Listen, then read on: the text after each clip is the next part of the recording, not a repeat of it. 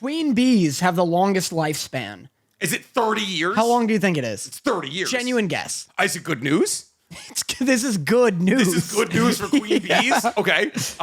Could they be, is it a amount of time that I'm like, that could be a pet? I'd say so. Okay. Yeah, That's good news. Nick, this is good news. I'm going to say 3 years. You're correct. Actually, this is good news. This is good news. Wow, that's We huge can for me. be bees. This is we can be bees. Oh, So glad you like that. Invincible's not as good as Cyberpunk Edge Runner. There, I said it. Am I older than a queen bee? You are, Seraph. I hope all of us are. If there's a 2.5-year-old in here, Someone's goo-goo guying like through this podcast. I'm actually very impressed. If there's a 2-year-old in our chat who's actually like writing coherent messages. Dude, I get DMs all the time and like They do. and of like I get them all the time. They're just from Seraph. I get me too. Yeah. I get like story posts like tagging me a lot of like mothers watching my videos with their infant children. And I'm like, don't put that on me. The good thing you fucking started deleting your sex scenes from your videos. My God, you're molding these children's minds early. It's so common that people are like, That you're I got getting my it back. twins watching. Oh, really? Yeah. Oh God, I don't think I've ever gotten them. I've gotten like, hey, me and my fourth, like, I have gotten messages from like divorced fathers being like, by the way, you have helped me reconnect with my estranged child, and I'm like, let's go, doing the one thing I could never do for myself. Yeah. That's huge. But no, never. I've never had people being like, oh yeah, time for 2-year-olds to watch Nick with me. Time for tummy time with Danny Motta. Yeah, I mean, but that's all. That's mostly because like you reacted to like bubble guppies. Yeah, once. Yeah, still for you- like 3 minutes. You invited it. Yeah, I you guess invited so. that. I mean, next up is Cocomelon. Then now that you're done with wait, time I had a joke for this. Hold up. Shut up. Shut your goddamn mouth. Now that you're done with Epic the Snoozical, You had to write that down. I had to write that one down. That one came to me in the middle of the night last night. I was like, Danny's done with Epic the Snoozical. Nice. Huge for me. Yeah. Absolutely huge for me. That was actually technically my best boy. I birthed that joke way too early. You got excited. But speaking of being premature, Dorothy's back. Oh. Yeah. I got it. Yeah. I'm not gonna laugh. But Yeah. go on. Did you see what I did there? Yeah, I know. 'Cause- I knew you stopped talking because you thought I didn't get it, and that's why I didn't laugh. I didn't laugh because it wasn't enough. That's what she said as well. Yeah. Yeah, I'm still getting into the swing of it here. But yeah, so Nick no longer More has like to be the a thrust of tyrant. it. I don't have to white knuckle this table as I think about taking Danny's bussy for my own. Because that's what's been going through Nick's heads recently, the last couple of months. Yeah, everyone can tell. Ripe, supple, young body. Can I be actually real with you for 1 second, outside of sexualizing you? I wish you'd be more fake. That's incredibly fair. Last week, we were sitting here. I was looking at you, as I do. Please be faker. As we sit here, Please rein in this train. as we sit here across this table, just separated by this hard, yeah. long, Not free long table. enough. Not long enough, dude, babe. Yeah, 6 feet is never enough. Don't call me dude, baby. Dude, baby, that's you.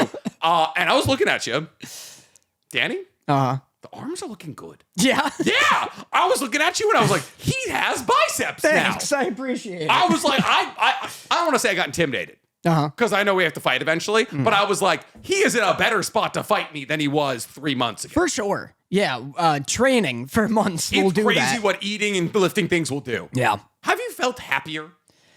No, I'm still tired all the time. I have no extra energy. The only time I feel really good is when, like, in my daily life, I'll have to, like, shoot into some, like, burst of physical activity where, like, you know, I'll be walking down the street and, like, a piece of paper will fly out of my hand and I'll be like, oh, no, it's floating away. And I'll, like, quickly sprint to get it. And out of nowhere, I'm, like, 3 times faster than I ever was and I'm not winded when I catch up with it. Yeah. It's stuff like that, or I'll like jump, and I'll jump way higher than I thought I ever could. But otherwise, I still wake up hating the world and like feeling hungover despite not drinking. But imagine when we're done fighting and then you never have to work out again. And then you just let all of your progress backslide forever and you go back to your 100 step a day reclusive life. I know, I'm definitely nervous about having put on now like 15 pounds. And then just letting all of that deteriorate again. I do love the idea, and this is why I think we should just delay our fight every single year, just so I can keep you alive for longer than 63 years. Like I just like, oh hey Danny, like I'll like one day whenever like whenever, like when we're 60, we'll fight kind of thing. Yeah. I'd like to think that you would just work out for the rest of your life with the idea of like breaking my hip. I truly have no motivation outside of the fight to work out. Like there are weeks, it's still very tough to get me to go to the gym. Yeah. Like I'm going consistently, but it's a bitch. Yeah. So Wow. I remember Steven was like, yeah, you know, like 2 weeks in, you'll get addicted to it, man. Like you're going to start like wanting to go twice a day. Yeah.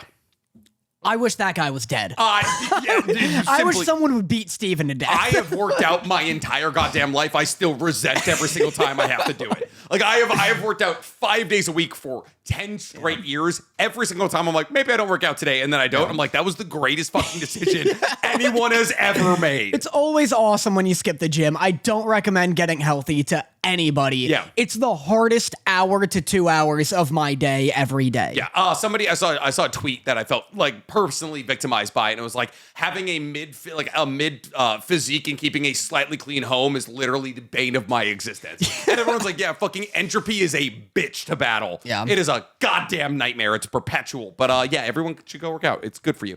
I'm waiting for it to be good for me.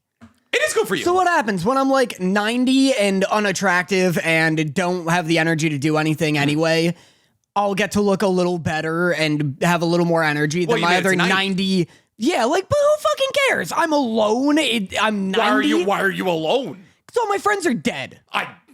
Okay. You think you're gonna outlive me? I think so. I'm gonna outlive you by decades. I'm the main character from my point of view. So Incredible, and I love that for you. Doesn't matter. Main character dies sometimes. Watch a comic got killed. Well. All right? You're getting 73 years on this earth. we should put down a lot of money. We should put in our will. Whoever like dies a first bit, gets the money. Fuck over an entire family just so like all of our money goes to whoever lives longer. Yeah. I like my shot. I like my chances. Yeah. I do way worse things to my body than you do. Oh, yeah. But I've also been consistently way better to my body over a longer time. I don't know if that's true. You're way riskier.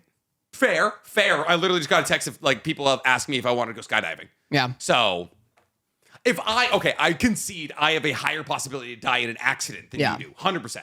But like if it's like we're dying of old age, I outlive you every single time. Every time you pick up that knife, I have a higher and higher chance. 100%, baby. I got wet hands right swinging now. that. I treated my body like a goddamn dumping ground this weekend. When you were downstairs watching Love, Death, and Robots, I'd scratched my scalp with this. God, that must have been nice. And so it was awesome, Yeah. but I also had a brief moment where I was like, oh, maybe I'm meant to die soon. 100%. Yeah. Cool. I'll just kill you in the ring. Yeah, for sure. Yeah. I have like a fantasy of like getting one sweet little Mac ass punch in where like you punch and it like grazes my ear and I take that window to just knock you out.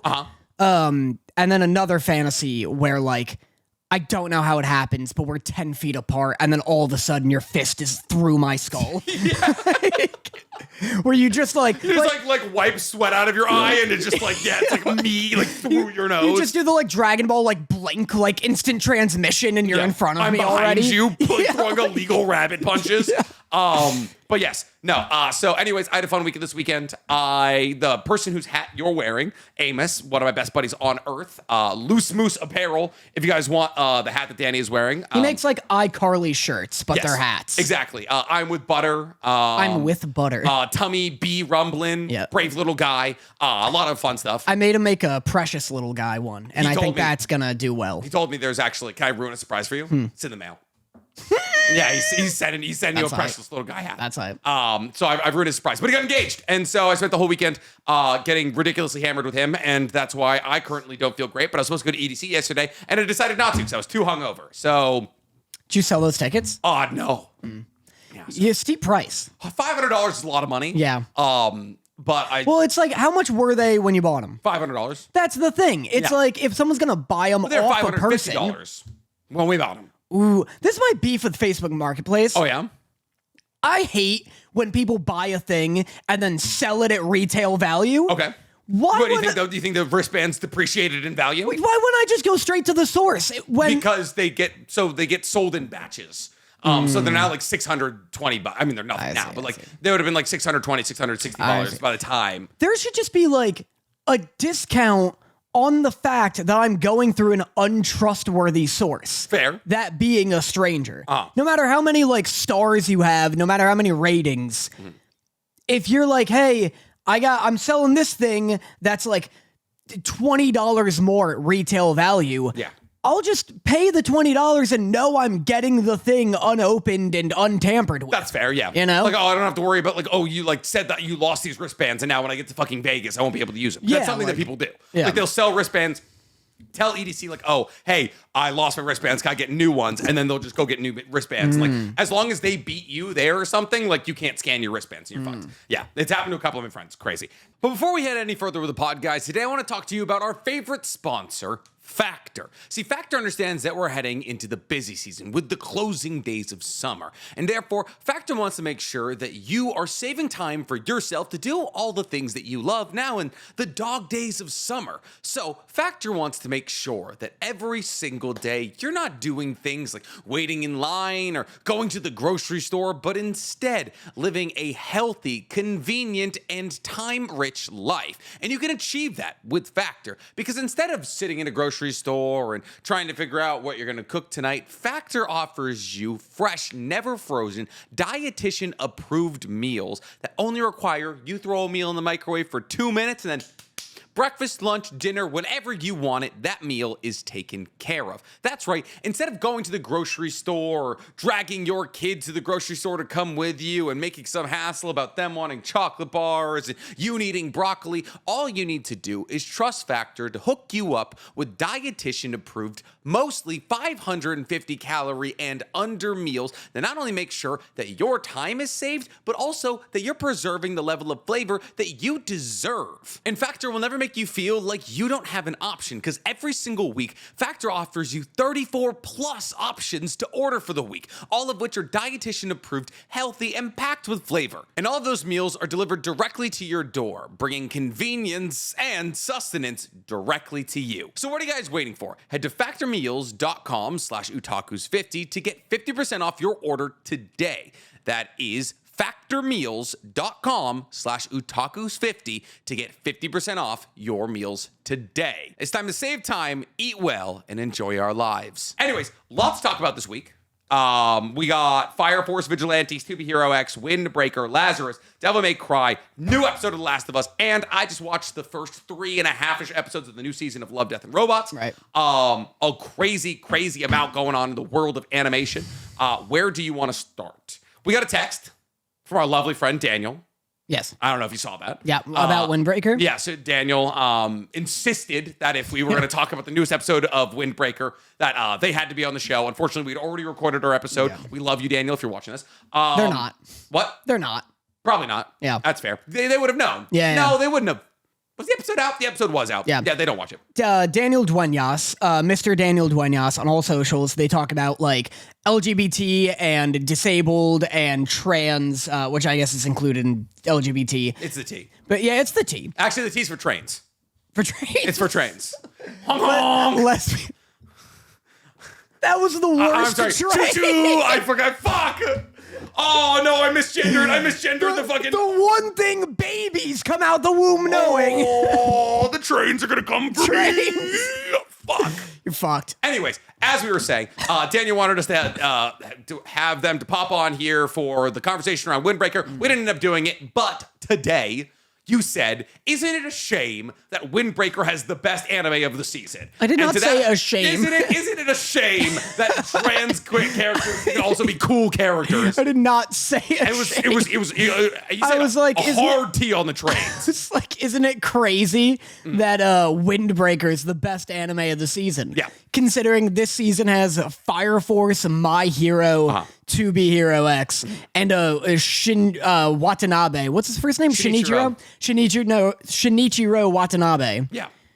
What makes it the best anime of the season, Dan? Tell me. It's just like it's the one I look forward to now. That's fair. It also comes out first. I think their episodes come out on Thursday or something. That doesn't mean a damn thing to me because It's kinda nice. Well, I like on Fridays or when I do my run, my 5-mile run. Gotcha. And so I'll watch anime, and I can't watch something with subtitles. So anything that's already out with subtitles might as well not have come out at all. Fair. So Fridays I'll watch Devil May Cry. Yep. And My Hero doesn't come out. No. To Be Hero X doesn't come out. It's not till Saturdays. Yeah, I've been doing what's it called? Devil May Cry, and then an episode of Astoria. Gotcha. So yeah. So you've done 2. You've done it twice because you're on episode 2 of Astoria. Cool. But yeah, this was a very fun episode. So this episode 8. 7. 7 of Everything's season 2. 7 this week. So this is episode 7 of season 2 of Windbreaker, which is very, very good. It basically starts with the boys going down to the red light district. Yeah. And I said, oh no, it's the We Fuck Sex Workers episode because they're popping down. Tsumaki? Tsumaki is their name, right? Man, I knew it. Yeah, something like that. I think it's either Tatsumaki or Sumaki, but I think Tatsumaki is the character from One Punch Man, so I could just be mixing up. Tsubaki, Gotcha. Tsubaki basically tells them to come down to like a restaurant, which apparently ends up being in the red light district.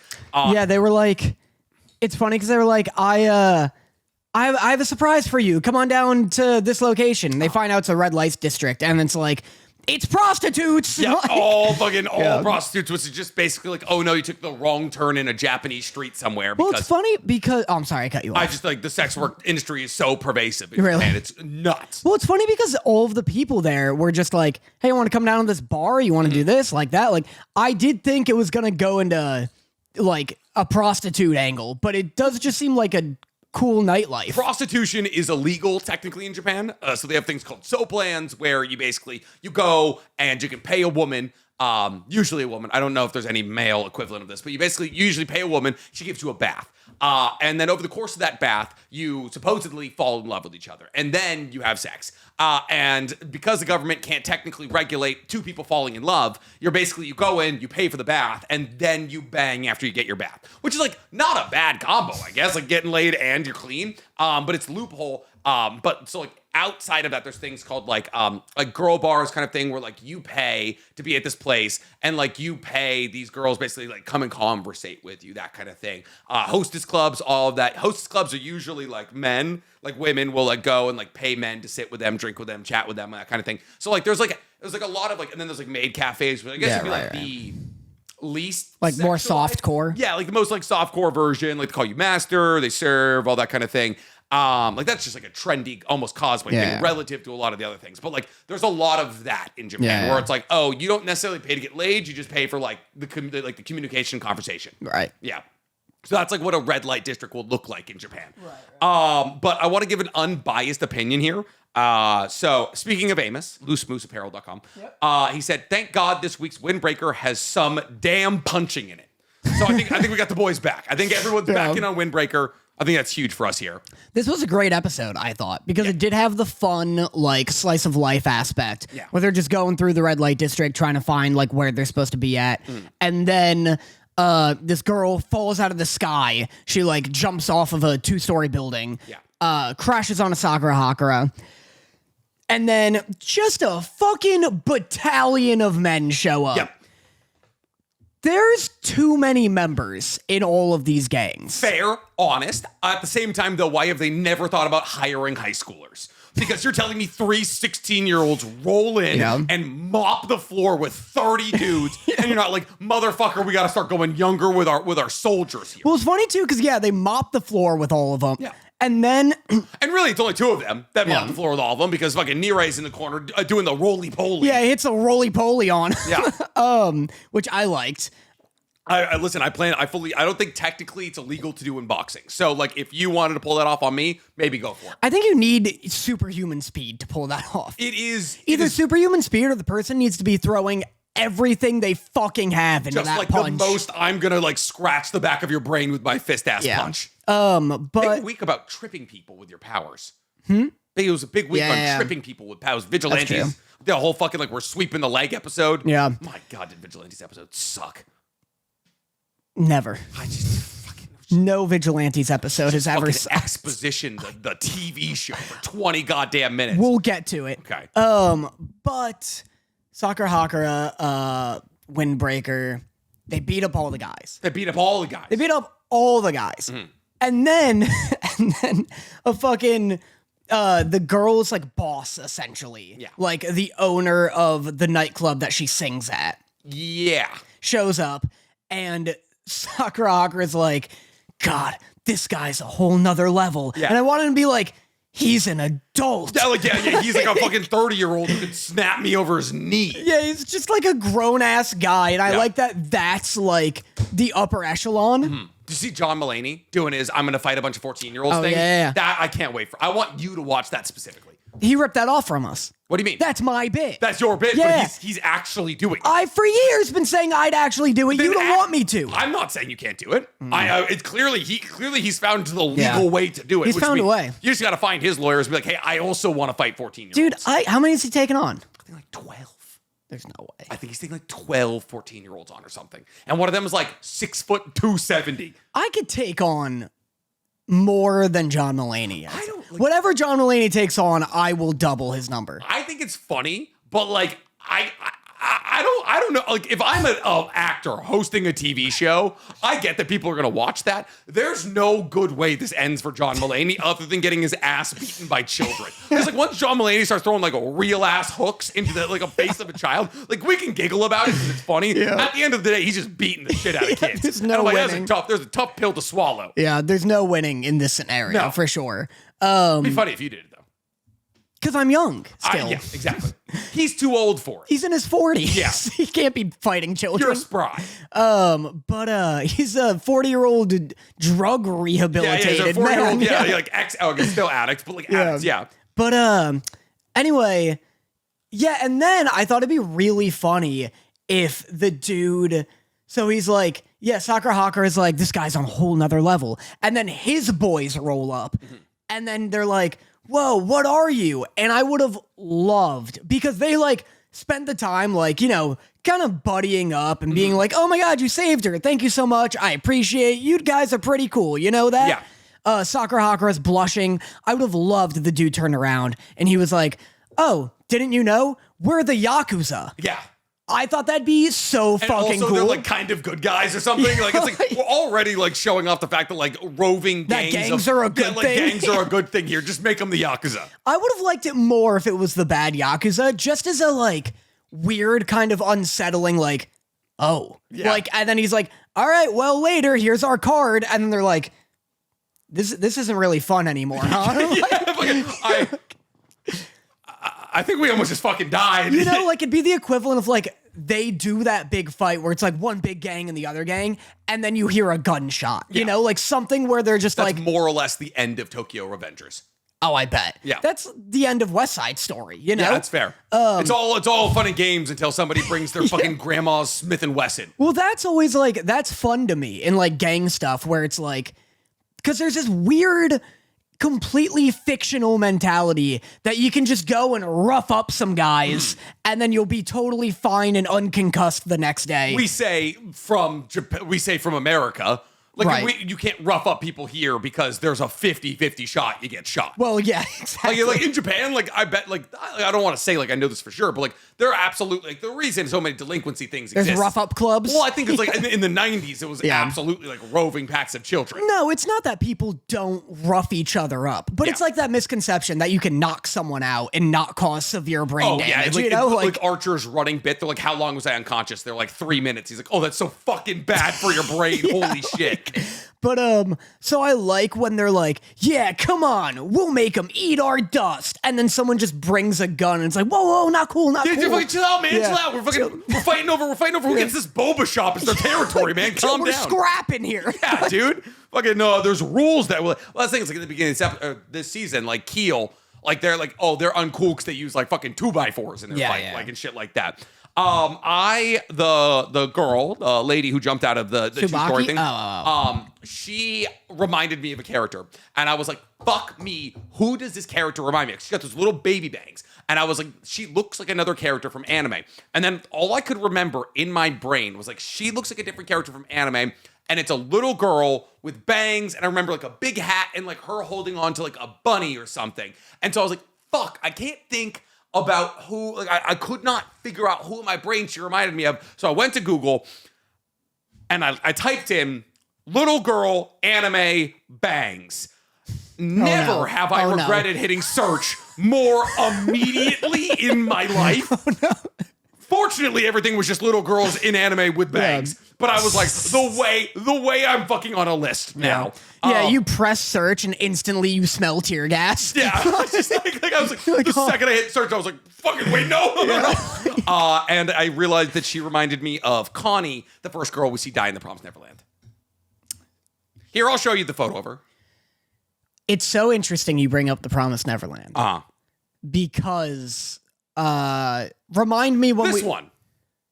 Yeah, but why is that the image? Yeah, there we go. Yeah, when she's dead. It's so funny because when you described that, I like vaguely had her in my head and I was like, yeah, who the fuck is that? Right? Like, remind me to bring up Promised Neverland when we talk about Fire Force. Oh. Right? Okay. Oh, okay. You're going to say that season 2 is... No. Okay, gotcha. No. Okay. Outside of that, I like that Tsubaki's pole dancer. Yeah. Cool. That was crazy. Just like a genuinely, shockingly progressive show. Yeah, where like it's like, oh Jesus, please, the chopsticks. Anyways, yeah, a very progressive, like a very very progressive thing. Fucking ripped. Yeah, Tsubaki just fucking up there ripped. Oh yeah. Well, that was also like kind of progressive in my eyes, where it was just like a really unstylized, like objective pole dance. Yeah. Where it's not really like sexualized, but it's also like taken seriously. Yeah. And it's just like just the performance, like as if you're watching ballet. Yeah.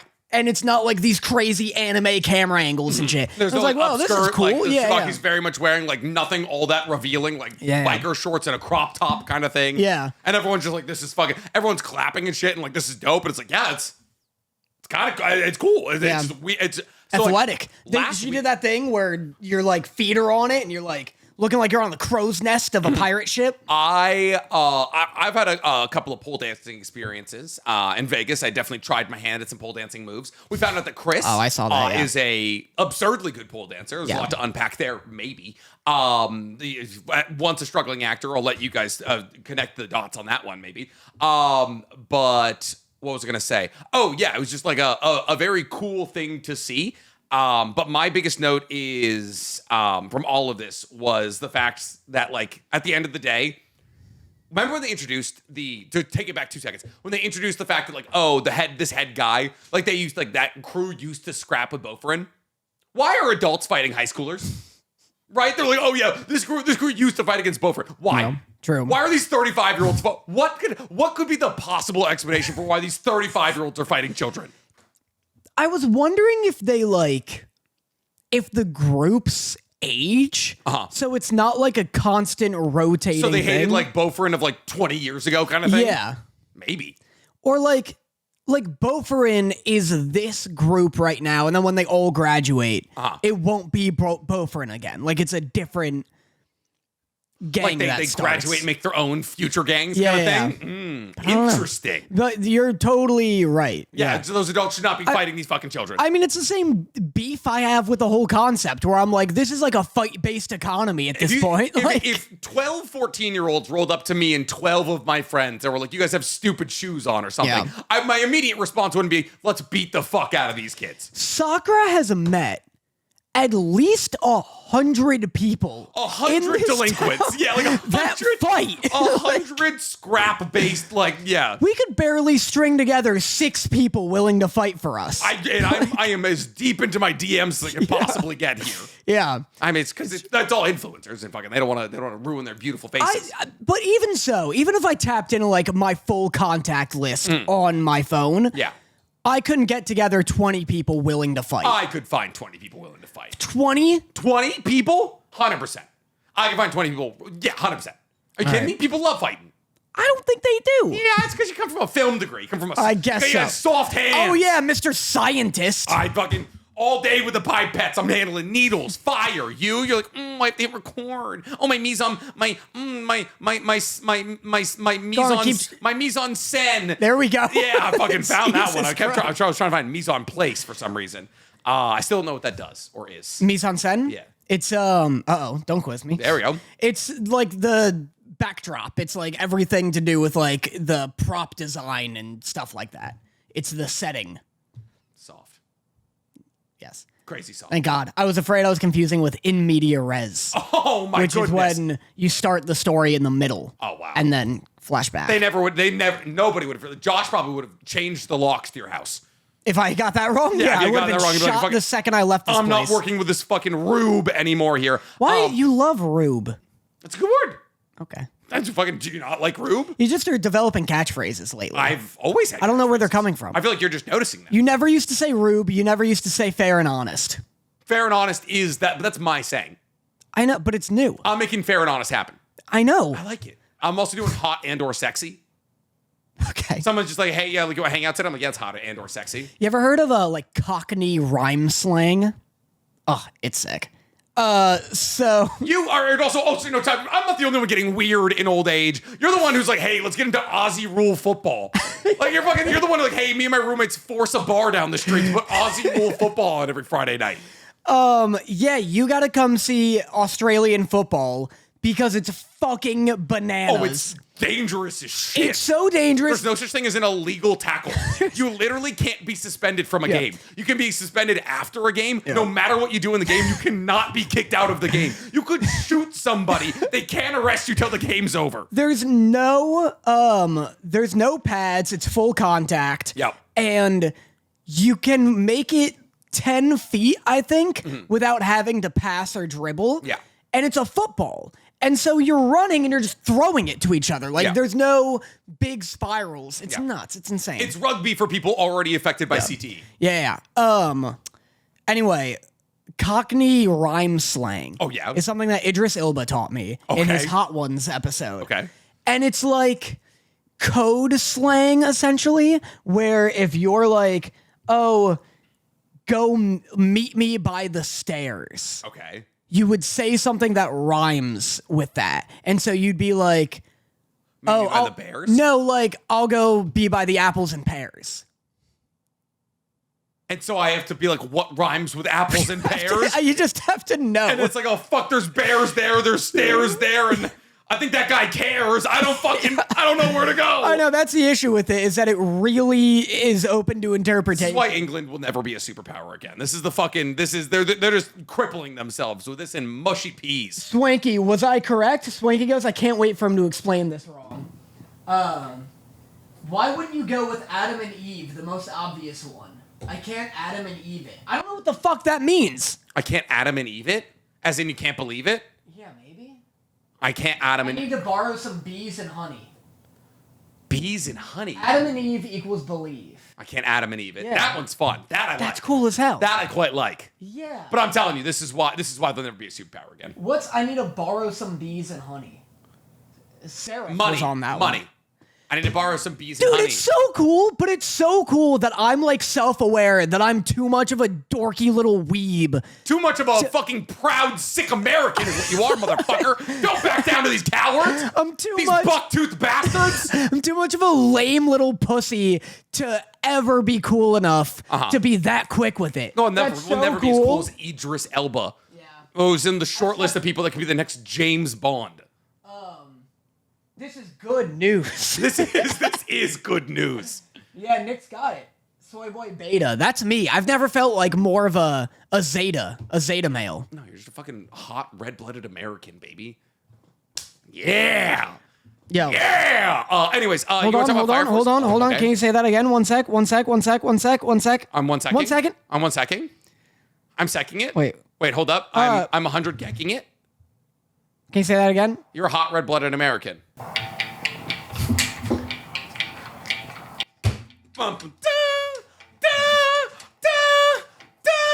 Wait for it. Just I never get this. I come too early.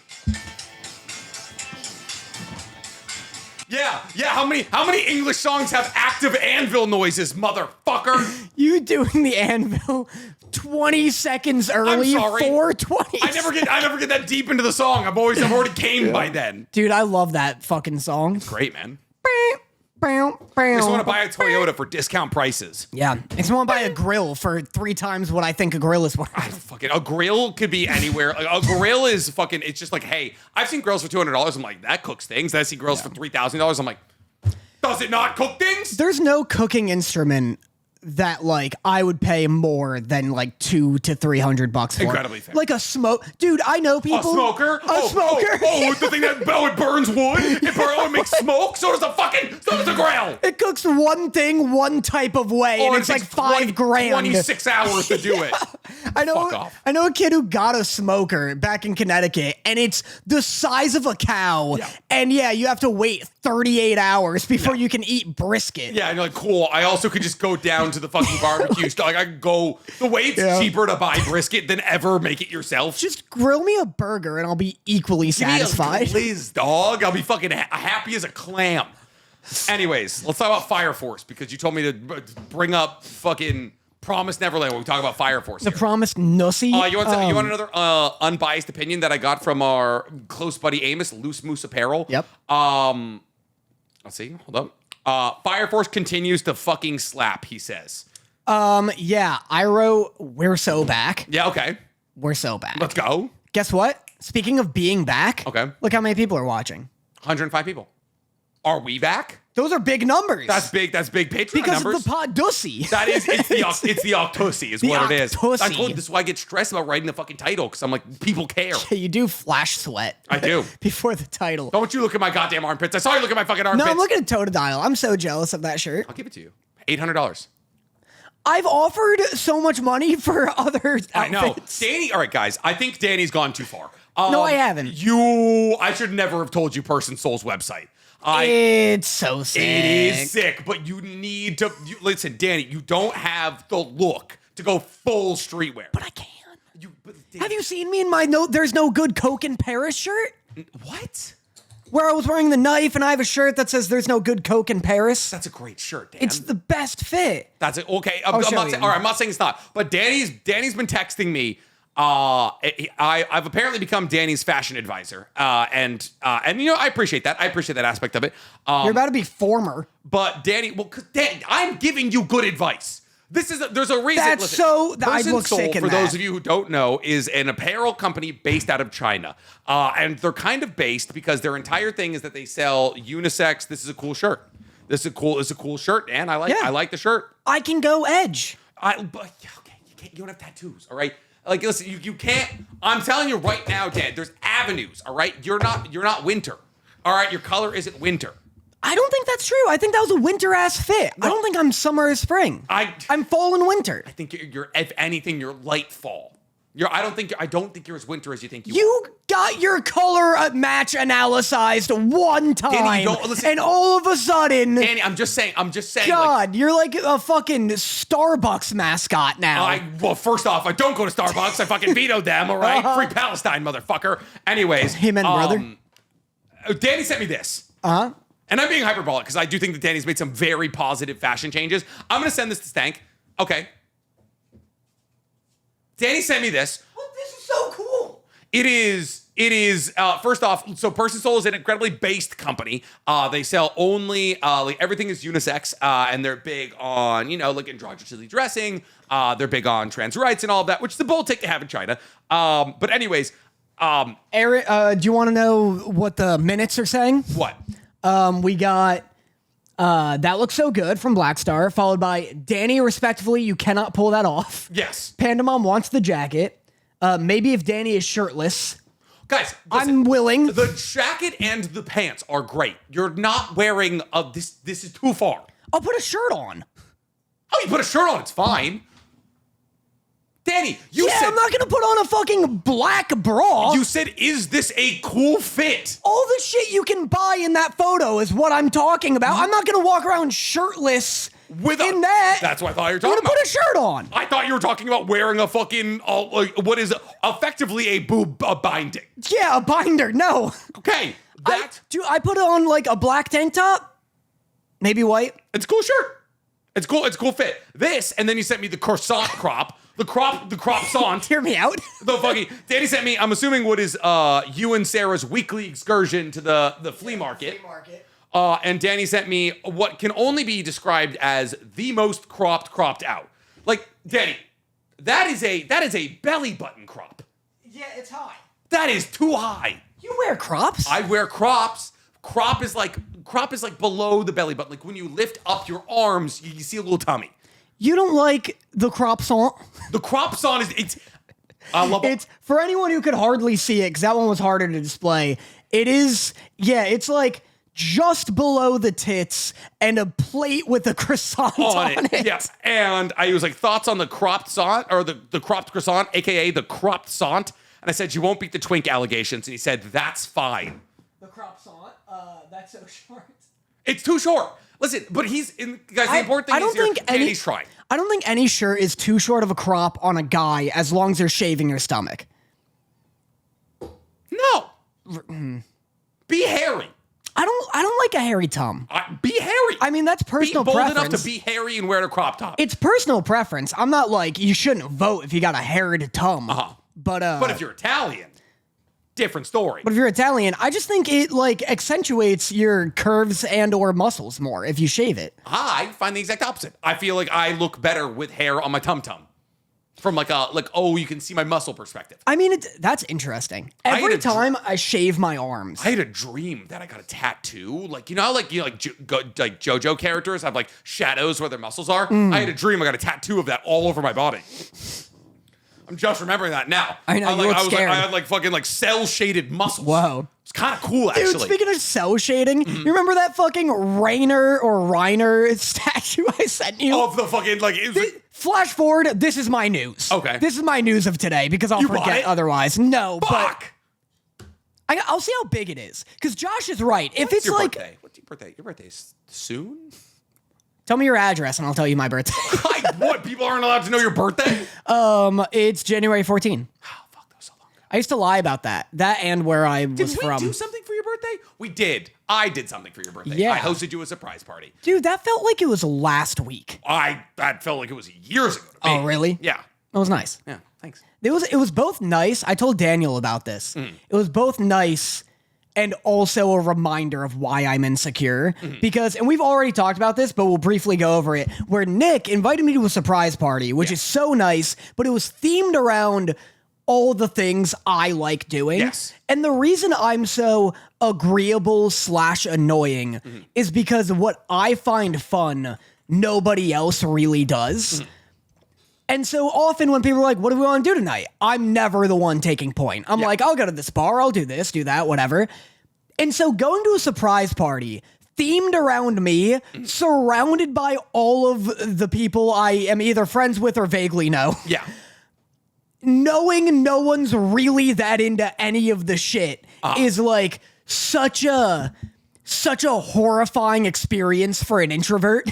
Because I'm like, you're like, yeah, I got these games set up, I got this set up, this and that.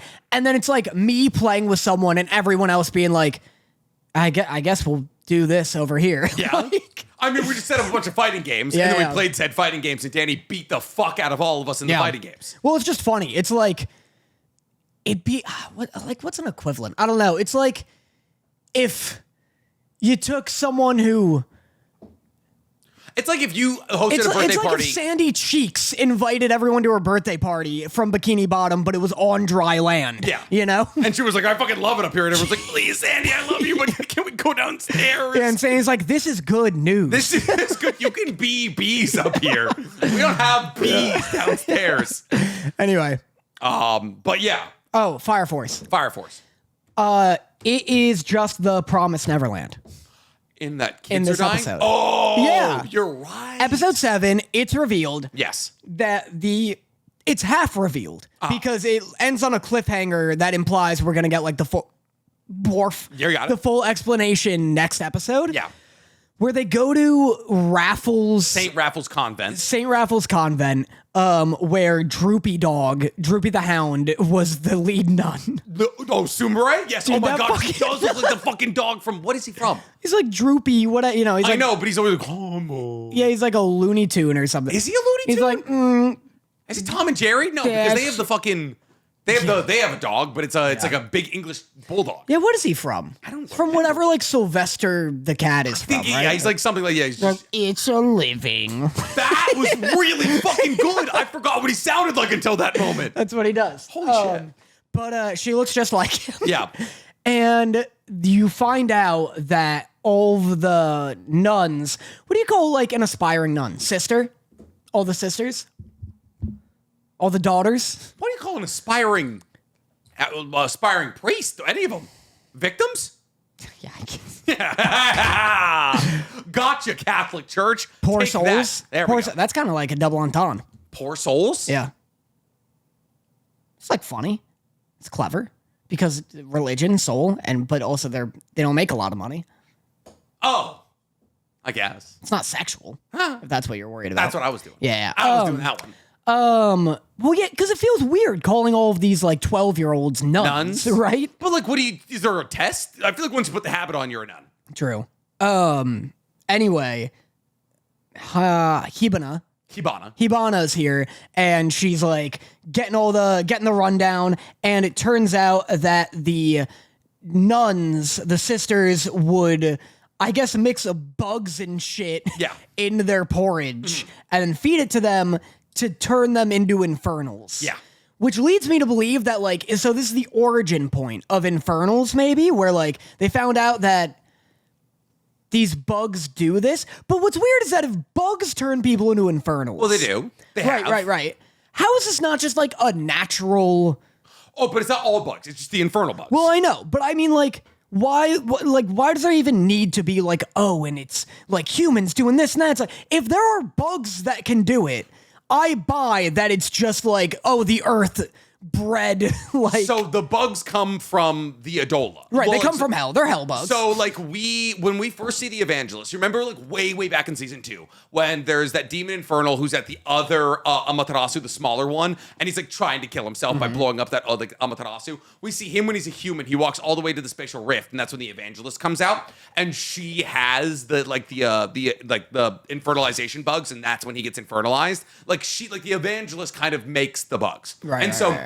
What's happening, and this is why I wanted to, like, talk to you last week about, like, doppelgangers and all that. Yeah. Because, like, unfortunately, like, when Fire Force explains things, it's not, like, super clear cut. So basically what's happening at St. Raffles Convent... Well, wait, but we're about to find out more next episode. Okay.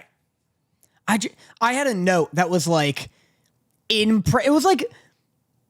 what I would say to you if you started explaining, and I just wrote down, I swear to God, try to explain Fire Force to me one more time. See what happens. One more time, old man. How many times did I teach you this lesson? I'm keeping up with what it wants me to know. I wrote, love that no one is fooled by Benimaru. Yeah.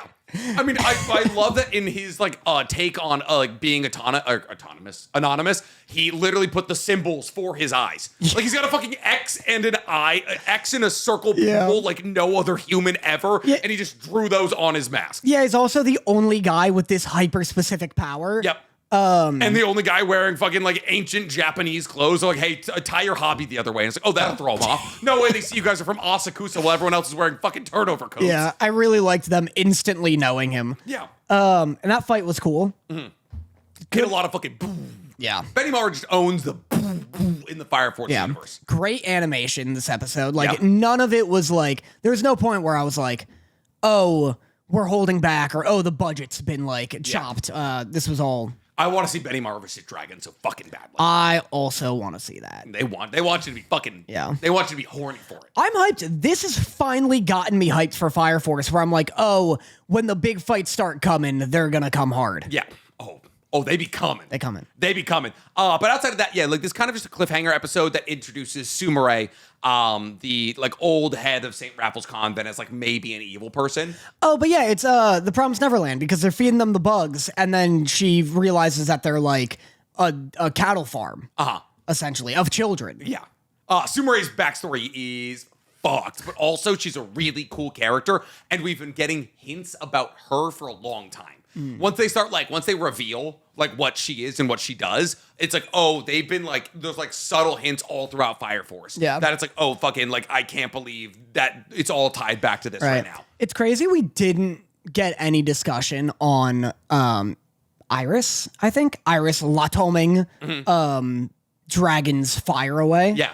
Well, the fact that you were able to figure out that it was Iris Latoming Fire Away is actually better than a lot of people. There's no way that's true because they literally show her doing it. I mean, but, like, you somehow missed it. I didn't, because I mean, like, I was like, I I actually did miss it. I think I know. blinked. That's the thing about impact frames. Like you fucking blink and it's not there anymore. She goes, "Let's home," and then it shows her do it, and then Maki doesn't die. Yeah.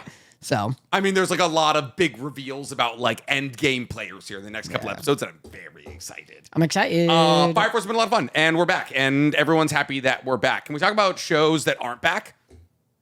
Vigilantes. I disagree. Entirely. I just like, let's introduce a fucking cougar and then make her talk about vigilante exposés and sociology for the next fucking 20 minutes. It's just still everything I love about My Hero. Oh, yeah? I think it's just put such a good taste in my mouth that it's a restart on like there's no power creep. Yeah. No one's overloaded with quirks. Genuinely my only complaint about Vigilantes is that every single fight takes place in a dark alley.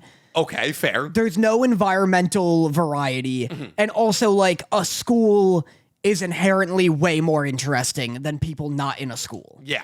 That's why every anime ever does it. Yeah, exactly. It'd be cool if they did like literally just a Gen V ripoff and it's like, oh, superhero college. Yeah. And it's a little edgier or something. Edgier than Gen V. The edgiest show ever. Way edgier than Gen V. But the only note I have this episode is how dare they name drop Rhode Island. One of my notes is I said, this universe loves America more than me. Because like the way, and it's so funny because it's not even the same mangaka for this story. It's different mangakas, but both of them are just like, yo, if superheroes were gonna come from anywhere, let's be real, it'd be America. Yeah. And it's like, would it be? Fucking, I feel like The Boys is the best telling of like the heroes we'd have here. Who's considered the first superhero? Is it Astro Boy? In terms of like, just like in like our real world, our like here world. Yeah. Or Superman. Mickey Mouse. There's no way. He does not fight for truth and justice. He has a steamboat at the very least. The first ever canonical superhero. Is it Perseus? No, you're the way you're so far off. Okay. I'm so not far off with Perseus. No, it's not Perseus. Okay, it's I'll tell you right now. It's not. You're in the wrong camp entirely. Right? Yeah. Have you seen Fate?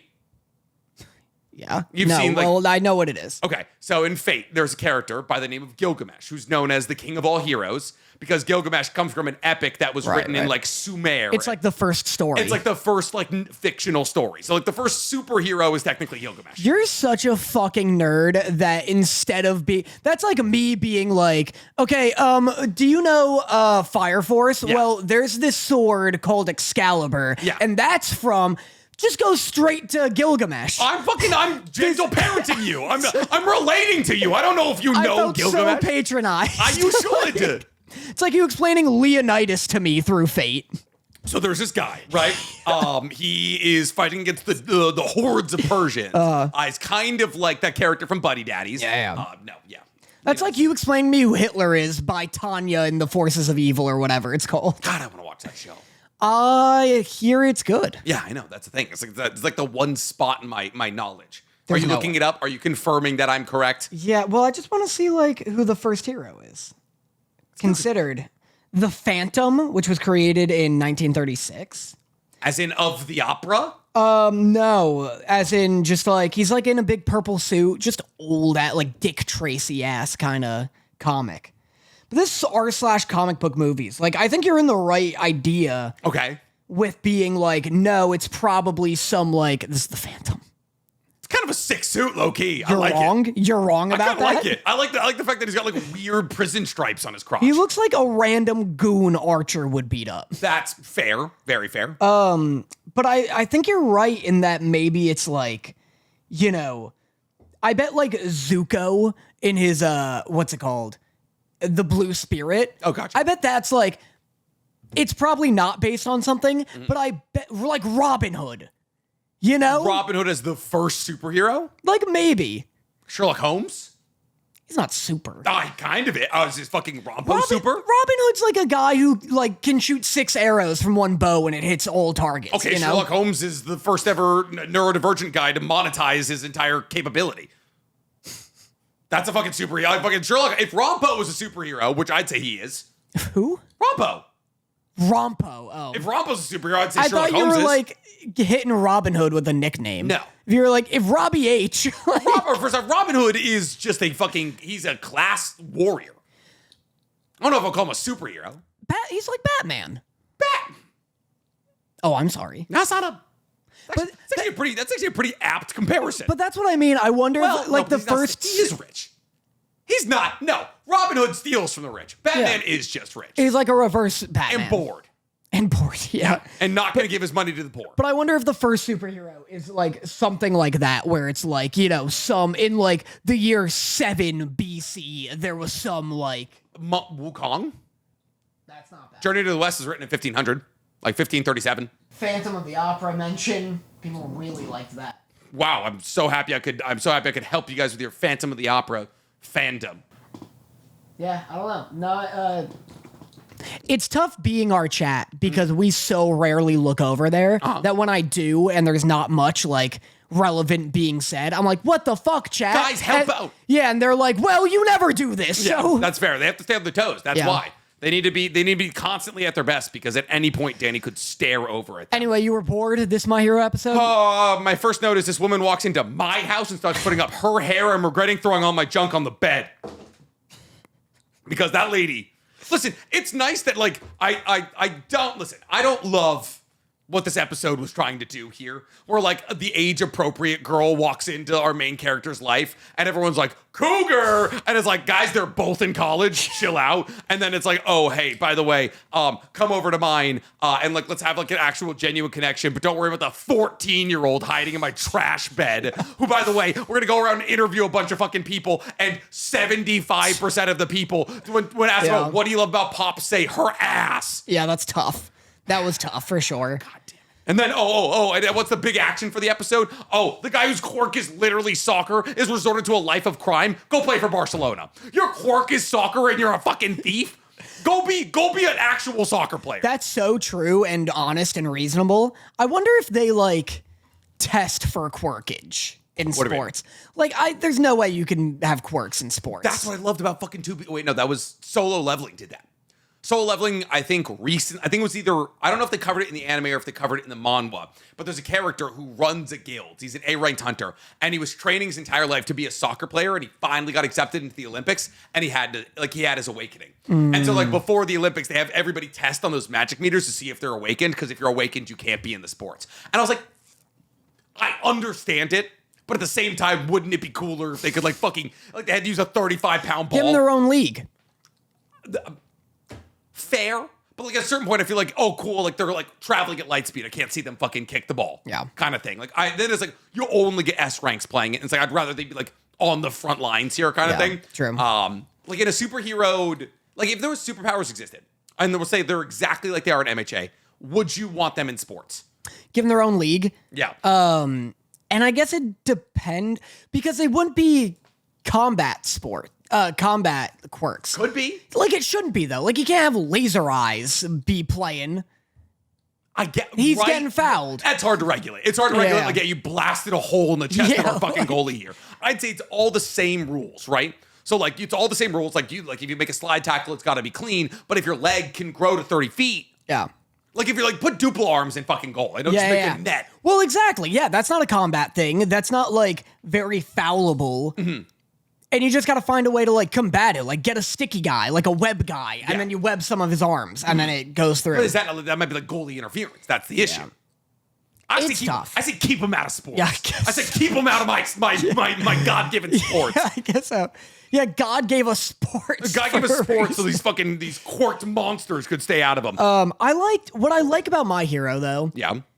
is the world building is beyond what I would expect from your typical like show targeted towards younger boys Towards and like actual teens, children, yeah. where they get like socio-political with it. Oh. Because what was she talking Oh, about? they were talking about like the rise of vigilantism and the fact that like heroes are determined mostly based on popularity. Yeah, and they like hit it from an angle that like you'd actually discuss in like a college level course. 100%. And like OG My Heroes like that too, with like the singularity aspect of it, and like there's always it always goes a step beyond what I feel like a lot of other superhero media 100%. does. Yeah. In terms of like being like, okay, let's actually figure out how a society could function here. Because like Marvel and DC are constantly just like skirting by with being like, okay, every new movie, you kind of just have to assume everything is normal life. Yeah. Except there's gonna be heroes eventually. And like occasionally we're gonna address it, but like make no real Yeah. changes, like fucking Civil War. Yeah, they treat it like it's just regular everyday life, but then, you know, a city will get leveled and that's fine. But like your average Joe is doing average Joe shit. It's not like in My Hero, it might as well be an alien planet.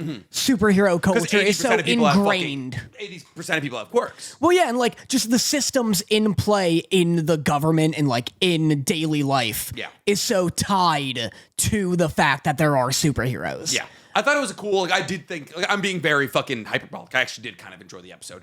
I thought it was like a cool piece of, we do get occasional like little back like drops into history with MHA, but mostly it has to do with like All Might's backstory. Because like All Might became a hero in America and like that's where he got his color scheme and that's why like fucking Stars and Stripes it has like All Might's look and all of that. So like we learn a little bit about like, and then like some of the movies have done like a more like world-based view on like heroes and all that. So this being a prequel story that's gonna like show us like, oh, here's how heroes originated. Here's like, oh, I thought it was cool, like 148 heroes in like Rhode Island, only 7 of them actually got like licenses. Yeah, that was really interesting. Yeah. Well, that's also what's cool is that like My Hero does have like a kind of patriotic view of their own government. Where, like, you do get the sense that, like, heroism and, like, the fact that there are heroes is an objective good. Yeah. But it does a really good job at, like, poking holes in it and also giving, like, legitimate arguments to the opposition of it. Like, yeah, it is really fucked that, like, 148 people applied to be heroes. Yeah. Obviously, like, you know, who knows how good all their intentions were. I'm sure some did it for money. I wouldn't let Bakugo be a hero. Like, 100%. you got to take personality into account. The second that you say that your name is Explosion Murder Fist, I'm like, yeah, okay, cool. You're fucking expelled. But, like, it is crazy that only, like, 7 out of, like, 148 became heroes because then it's like, yeah, way to breed 131 villains, you know? Like, hey, like everybody else is qualified or like counted as a villain. And I was like, Jesus Christ. Yeah. Like, way to, first off, you're putting the numbers against yourself. Yeah. But they're like, oh, it's like mostly to do with popularity, and popularity has like a lot to do with strength in Yeah. the My Hero Academia universe. So it was cool. It was cool. I just wish we hadn't spent so much of the episode talking about Pop's ass. that's so fair. Yeah. I hate that they call him the Crueler. That's but like the way that My Hero Academia loves like a split identity kind of thing, like getting around what is effectively a broken power. Like when Stars and Stripe was like, oh, Tamura Shigaraki like can no longer breathe air or something, and he was like, well, actually, I'm a mix of all for one. It's like, cool, yeah, sure. Get rid of the strongest maybe possible hero with a fucking technicality. Yeah. The same thing happened in this. Well, I liked that. I like the way he got out of the lie detector. That's he's cool. He's not the Crueler, he's the Crawler, yeah. I like that. Why would anyone make that mistake? Why would anyone think he's the Crueler? Yeah, what does that mean? It doesn't mean anything. Yeah. And then also, the Crawler is already a creepy, gross name. Yep, 100%. So, like, I almost wish he was called the Crueler, and they call him the Crawler. The way that other people have sliding-based abilities and, like, simply nailed the branding. Sliding Glide. Yeah. Sliding Joe. Yeah. Oh, great. Just be Slide something. Yeah, Slippin' Jimmy. That's fucking great. Slippin' Jimmy actually sounds like a drug. Like I popped some Slippin' Jimmy last night. Like that doesn't that Slippin' Jimmy I don't like actually. That's from Better Call Saul. That's what he called himself before really? Saul Goodman. He called but fucking bad guy. Because he was good at doing a slip and fall scam where you like slip on a patch of ice in front of a store and sue him. You're like, hey, you should have salted this kind of thing. Yeah. But anyways, fun-ish episode. Definitely not the best episode of the week. That goes the Windbreaker. If we want to talk about getting a little pseudo-political in a way that may or may not be cool, can we talk about this week's episode of Devil May Cry? Yeah. Boy, oh boy, is this show either really doing something or slightly problematic. Because okay. It's getting dicier, It's right? getting fucking dicey. It truly is. Because here's the thing. We're talking about episode 7 of Devil May Cry. It's not even remotely unobvious that we are talking about immigration in the show. Yeah. We are 100% talking about immigration. We're talking about Yeah, it's Mackay. not an allegory anymore. It is simply, we are just doing immigration. And because of that, your response is supposed to be like, well, the fucking Mackayans are peaceful people. We've seen Mackay through the rabbit's backstory. It's a fucking nightmare. Why would you want to move there? Maybe the wall should be down. And for the first half of this episode, you're like, you know what? The rabbit's fucking right. Like, I'm like, hey, let the Mackayans in. Like, fucking let the devils live amongst us. Like, they speak our fucking language. They speak English. Yeah. When they're from hell, they speak English. Yeah. Let them in. Let them work. Who gives a shit? They're cute enough. We'll have some fucking half Maccayan babies in 30 years. And then they're like, oh. So, like, you're like, oh, maybe Dante has to chill out here. Maybe we actually do let the rabbit get away with this. Maybe we do integrate these worlds. And then they're like, oh, by the way, if we completely dissolve this wall, all the bad demons get in and humankind gets eradicated. Yeah. And you're like, ooh, okay, listen, I understand an open border policy, probably not the best. Like, borders are important because you need a vet who can get in and out of country from just from a safety perspective. And also just like, I guess population control, right? Perspective, census perspective, fucking economically, all that. Like, a border is important. But if you're like, ooh, open border means humanity dies because the good ones are getting overwhelmed by the bad ones. Yeah. We've lost the plot a little bit. That's what I mean. I've said this before, but like I've seen a lot of people do really well done analyses, way better than I could do, on like how it's almost always problematic to do like a race allegory with like mutants or titans or just like being like, oh, ghouls are Palestinians. Yeah. Even though you're like trying to tell a story that's like, oh, they're people too, and like they deserve sympathy despite the like all of the propaganda we're getting. Like, all of our propaganda from our country is to program us into thinking that they are like less than human, so that we don't feel sympathy for them when they need like when we turn them away at the door. Yeah, when we turn them away at the door.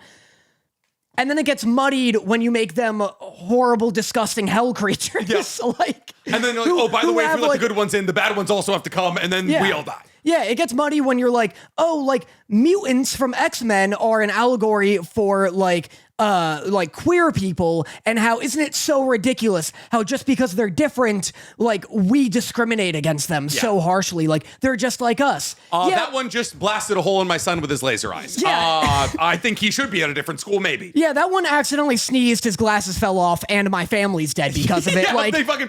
when was the last time a queer person did that? Yeah. Like, the number one most dangerous thing the queers have ever done was throw rocks, and that was for like the right to marry each other. Like, fucking, what are we talking about here? So yeah, it does, like, even though I do like those kinds of stories, because like you have to be like, okay, yes, it is an allegory, but we can't like translate literally everything. Like, you have to be like, oh, there's new themes and dilemmas to consider because of those powers, and because of that, and that's what makes it interesting, is that it is like the fantasy.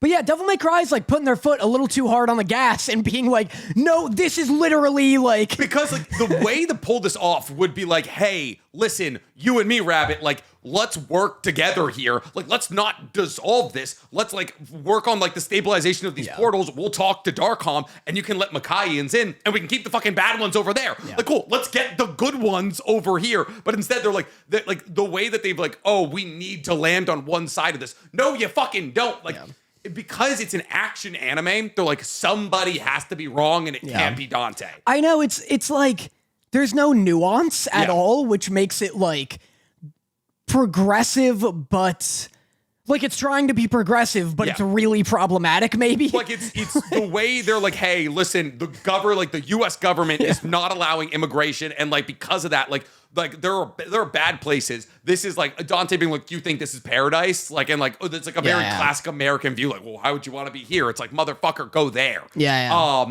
thought they can't breathe there. I was like, I thought that was a cool, a cool fucking like actual like conversation piece about like, this is like the land of dreams to a lot of people. And like, you get born here, you get jaded about it, kind of thing. You're like, oh, fucking, why would you want to live in California? California's a dumping ground kind of thing. And it's like, well, actually, fucking try going to like a bad neighborhood and like, I don't know, Belize or something like that. I believe if you're Belizean, I apologize. I know nothing about Belize. I don't know why you guys caught a stray. It's just what came to my mind. Anyways, like I thought that was cool. But like, because the rabbit has to be the bad guy. Like, it's like, oh, we need to like absolutely eradicate his point of view, like, and therefore invalidate it by saying if he gets what he wants, humans are gone. Like the way that like a sensible person would be like, hey, you've already figured out how to open portals in the hole and keep them stable. Let's use that. Yeah. Like, let's work with Darkcom kind of thing. But because like there's not the nuance, like you're not going to do nuance in the Devil May Cry anime. Yeah. We're now like too far gone. Yeah, it's a weird thing where they've almost become like the thing they're kind of rallying against, right? It's like, it's funny where it's too smart for like what a Devil May Cry thing should be, but not smart enough to pull off what it's trying to do. Like, so it's in this weird middle ground where it should be stupider, but it's still too stupid. Yeah. So yeah, like reveal. I don't know. I was gonna say reveal that all the Macayans are like fucking evil or something. But I was like, that's maybe worse. Like I like you. Yeah, it's too late. Yeah, like you have to like the way you have to swing in one direction if you want to try and land a stupid like plot, like land a stupid plot in like a objectively like kind of dumb action show. Yeah. But Lady looked good in all of it, and that was cool. Because I think I have my number one. You know how people were like, oh, when Gojo dropped. It was just like, women meowing across the world. Like people are just still obsessed with Gojo. Yeah. I think that's my lady. That's funny because people are like that with Dante as well. Yeah. I just big fan of what's ever going on. Big fan of what's ever going on with her. I think I might play the games. Yeah. Because she's in them. Barely. Damn it. Yeah. Why'd they make it so important in this then? She's barely in it. I think in 4 you can play as her. Huge. So yeah. Huge for me. So get 4. Nice. I'll get 4. Outside of that, I said we need to stop drugging the show's one woman. Every episode, she's just some new form of drug. It's like Killing Moon every other episode in fucking 2B Hero X. Like, please stop drugging the one fucking. We have one lady here. Yeah, I was like every single episode, she's getting one Lady Arkham. Yeah, she's getting fucking like non-consensually just like dosed. Yeah, I said the immigration allegory is getting muddy. Love the swap between the worlds mid-fight. I thought that was cool. That was cool. And then we got Crazy Town and Evanescence in the same episode. Crazy Town? Crazy Town. I don't know what Crazy Town is. Don't know the fucking. This is gonna get Stank. You're gonna have to bleep all of this. I knew Evanescence was in it, and I always dig it. Crazy Town made the Butterfly song. You're my butterfly, sugar. Oh, baby. yeah. I don't even have to play another Come, songs. my lady. Come, my lady. You're my butterfly, sugar, baby. Yeah. Guess who has more monthly listeners, Crazy Town or Creepy Nuts? Well, the fact that you're bringing this up at all means it must be Crazy Town, right? Crazy Town has less by 0.1 million. 6.6 million people a month listen to Crazy Town. That's insane. That's fucking nuts. It's wildly close to Creepy Nuts. But yeah, anyways, this was a fun episode. Like, it was just cool. I just think we're just starting to lose the allegory. Do you think the bunny is dead? It genuinely could be, because it is the second to last episode of the season, and I don't see him being like a multi-season villain. Right? But then, like, do you think something's happening, multiple though. seasons of the Devil May Cry anime? Oh, yeah. There's already like a teaser for season 2. Holy shit. Yeah. Also, what's going on with his brother? Why is he full demon? I thought he was a guy. I've seen him in the games. He's a guy. Listen, I've beaten 2 Devil May Cry games. In both of them, the twist is that his brother is a bad guy.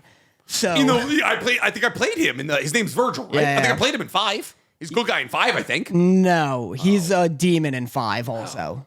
And the last boss. Really? Yeah. Motherfucker. Which one is so but you can play as a guy who's not Dante. Yeah, you can play as 2 guys that are not Dante. Really? Nero and V. Which one do you play as in 5? He's like skinny. Both. Fuck. That's why his name's V. Because of 5. Nero. And also, I think he's half of Virgil. I think I played as this one. Yeah, I think he's got short hair. Nero. White hair? White hair. Yeah. And he's not related to Dante? I don't think so. Man, if it's not about lady, I don't want it. Just coincidentally looks identical to Dante. Let me play his lady, you fucking cowards. Anyway, speaking of ladies, and cowardice, at least when it comes to story writing, want to talk about Last of Us here? show. Yeah. Cowards? Yeah, I don't know. Fucking, I think see. I think the season has been marred by the writers being cowardly, but this fucking episode was great. Yeah. This episode was the best episode of the season by far. Yeah. And unfortunately, I do think that mostly has to do with Pedro Pascal being in it. Yeah, well, so this is genuinely the last time we'll see Pedro. Yeah. I mean, there's 3 episodes left in the entire TV show. And then another season. There's another season? Yeah. We're not even close to done with the game. Oh, Daddy, I can't. Oh, that's terrible. We're about to hit the halfway point in game number 2. No. Here's the thing, though. There's another that's Another season. Here's the thing, though. Also, next week's episode is the last episode. 7 episodes this season. HBO does 8. What are you doing? This at the end of this episode we just watched. Yeah. It shows a little teaser for next week, and it goes 1 more episode. Weird, huh? I can't do another season, Dan. I don't. Here's the thing. I will say, I thought we were close to the end. game-wise, I just beat the second game. Okay. Because it started to get good. Okay. The second half is like leagues better than the first half. And the whole second half is like Ellie's not even in it. Why? You'll find out. That's not really a spoiler. Okay. Who's in it? It's a lot of Abby. Oh. Yeah. Interesting. So I think this season's gonna be the Ellie season. The next season's gonna be like the Abby season, and then the end of that season it'll like converge. Gotcha. And the second half of the game is objectively the better part of the game, which will be what season 3 is. Interesting. Yeah. Okay. You play as Abby? Yeah. Do you kill Joel? Do you do like her 5-year training thing? No, I wish you killed Joel though. That'd be kind of cool. That'd be tough. I really People do. would just put the game down. People would be pissed. I wish, because the game's like the show in that Joel dies like an hour in. Man, which you is had to make people do shit they didn't want to do in the video game. Wouldn't that be cool? Dude, well, that's what I'm saying is like, the game loves to be like, oh, we're like so fucking gritty and like the enemies beg for their lives when you shoot them in the legs. Yeah. Joel dies like an hour into the game, which is objectively the wrong call. Like, if he's gonna die in this game, make him die later on. But So you can use him as a character, yeah. But make him die when you're Abby, and then make the player kill Joel. I think that'd be so sick. People just wouldn't do it. People just like straight up, people would just be, I'm not finishing the game. Yeah. Like the way like he's alive in my mind if I don't kill him kind of thing. Yeah. I just love to see that. I would love to see that as well. That would be a fucking you have to deliver all the punches like you're Kratos killing Hercules. Like you gotta fucking you have to juice his brain. Yeah. Man, that'd be fucking brutal. I wrote my first initial reaction to this episode. So this episode 6. It's episode 6 of The Last of Us season 2 here. The episode opens with them being like, oh, here's Joel and Tommy as kids. Their father's a cop, an abusive cop kind of thing. Classic. My first note is, why can they write the fuck out of every scene that doesn't include Ellie? Because that first scene is fucking powerful. Yeah. Like the acting, you like that? The acting from everybody is incredible. Like young Joel, young Tommy's barely in it. He runs off to his room. Young Joel, like I was so moved by his performance. He's not even like he's only in 10 minutes of the episode, but like when he looks at his father and he's like telling him, he's like, you're not gonna hurt him.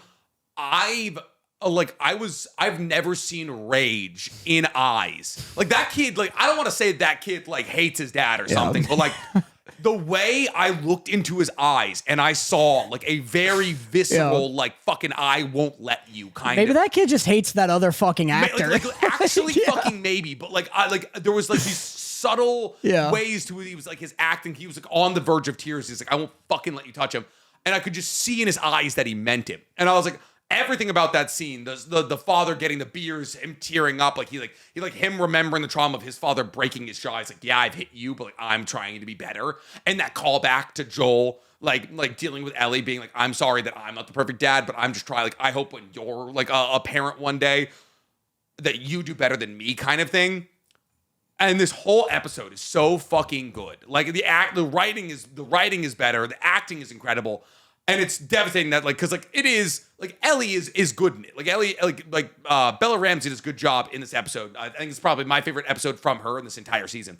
But Pedro Pascal is just like, you understand why he's the number one actor on earth right now. Yeah. Because he's like, his delivery of like, oh, I love you, like in a way you'll never understand. And like one day when you have kids, you'll understand it. It made me like, he delivered it so well. I was like surprised that Pedro Pascal didn't have kids. Cause I was like, I felt like he was actually talking to a daughter, you know? But yeah, how'd you feel about it? I liked it. Yeah. In the way that you're like, well, and then I have more words. Okay, cool. In the way that you're like, man, can they write the fuck out of a scene that doesn't have Ellie? Yeah. I'm like, man, can they write the fuck out of a scene that doesn't happen in the game? Because is all of this added? the opening's added.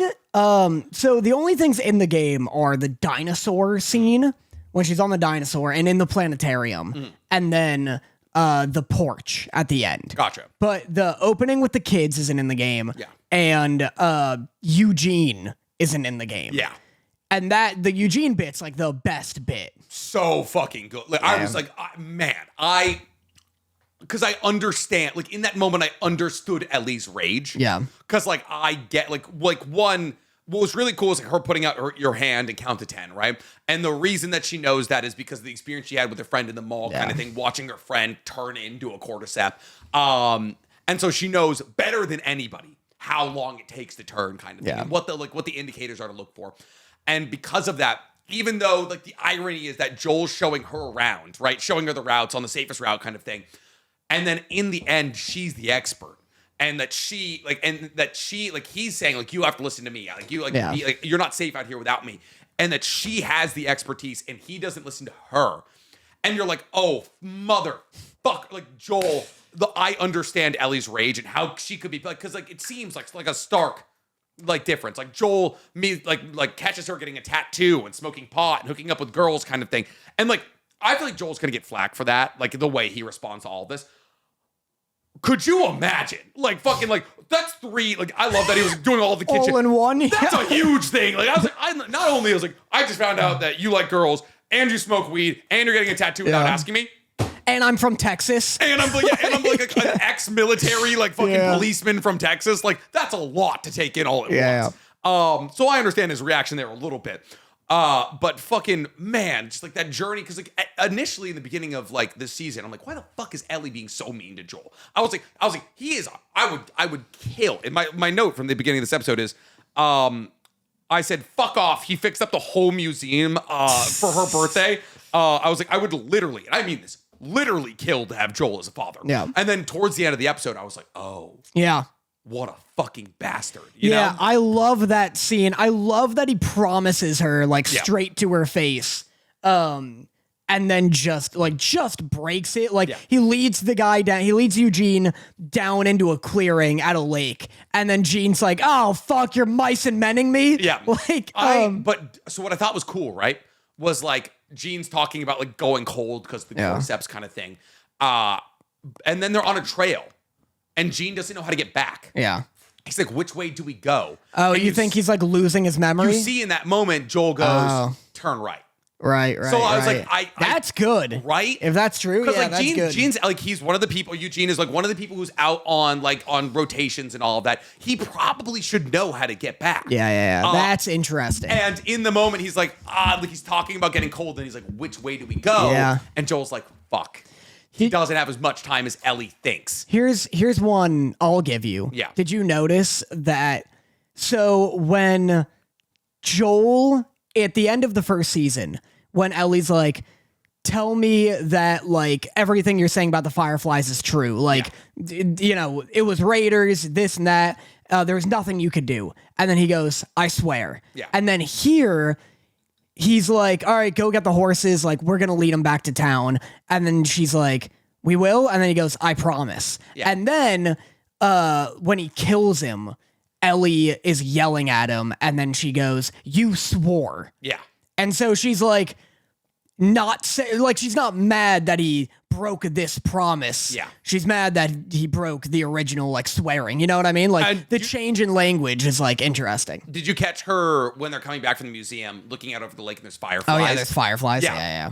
Man, they just like that's a good what one. They wrote the fuck out of this episode. Like everyone's key complaint has been the writers, and then this episode is like a writing masterclass. Yeah. And I'm like, fuck, where's the consistency here? Yeah. I wrote, I had a note that was like, on one of her birthdays, Joel gets her a guitar and he's like, close your eyes. And then, or no, she's like turned around.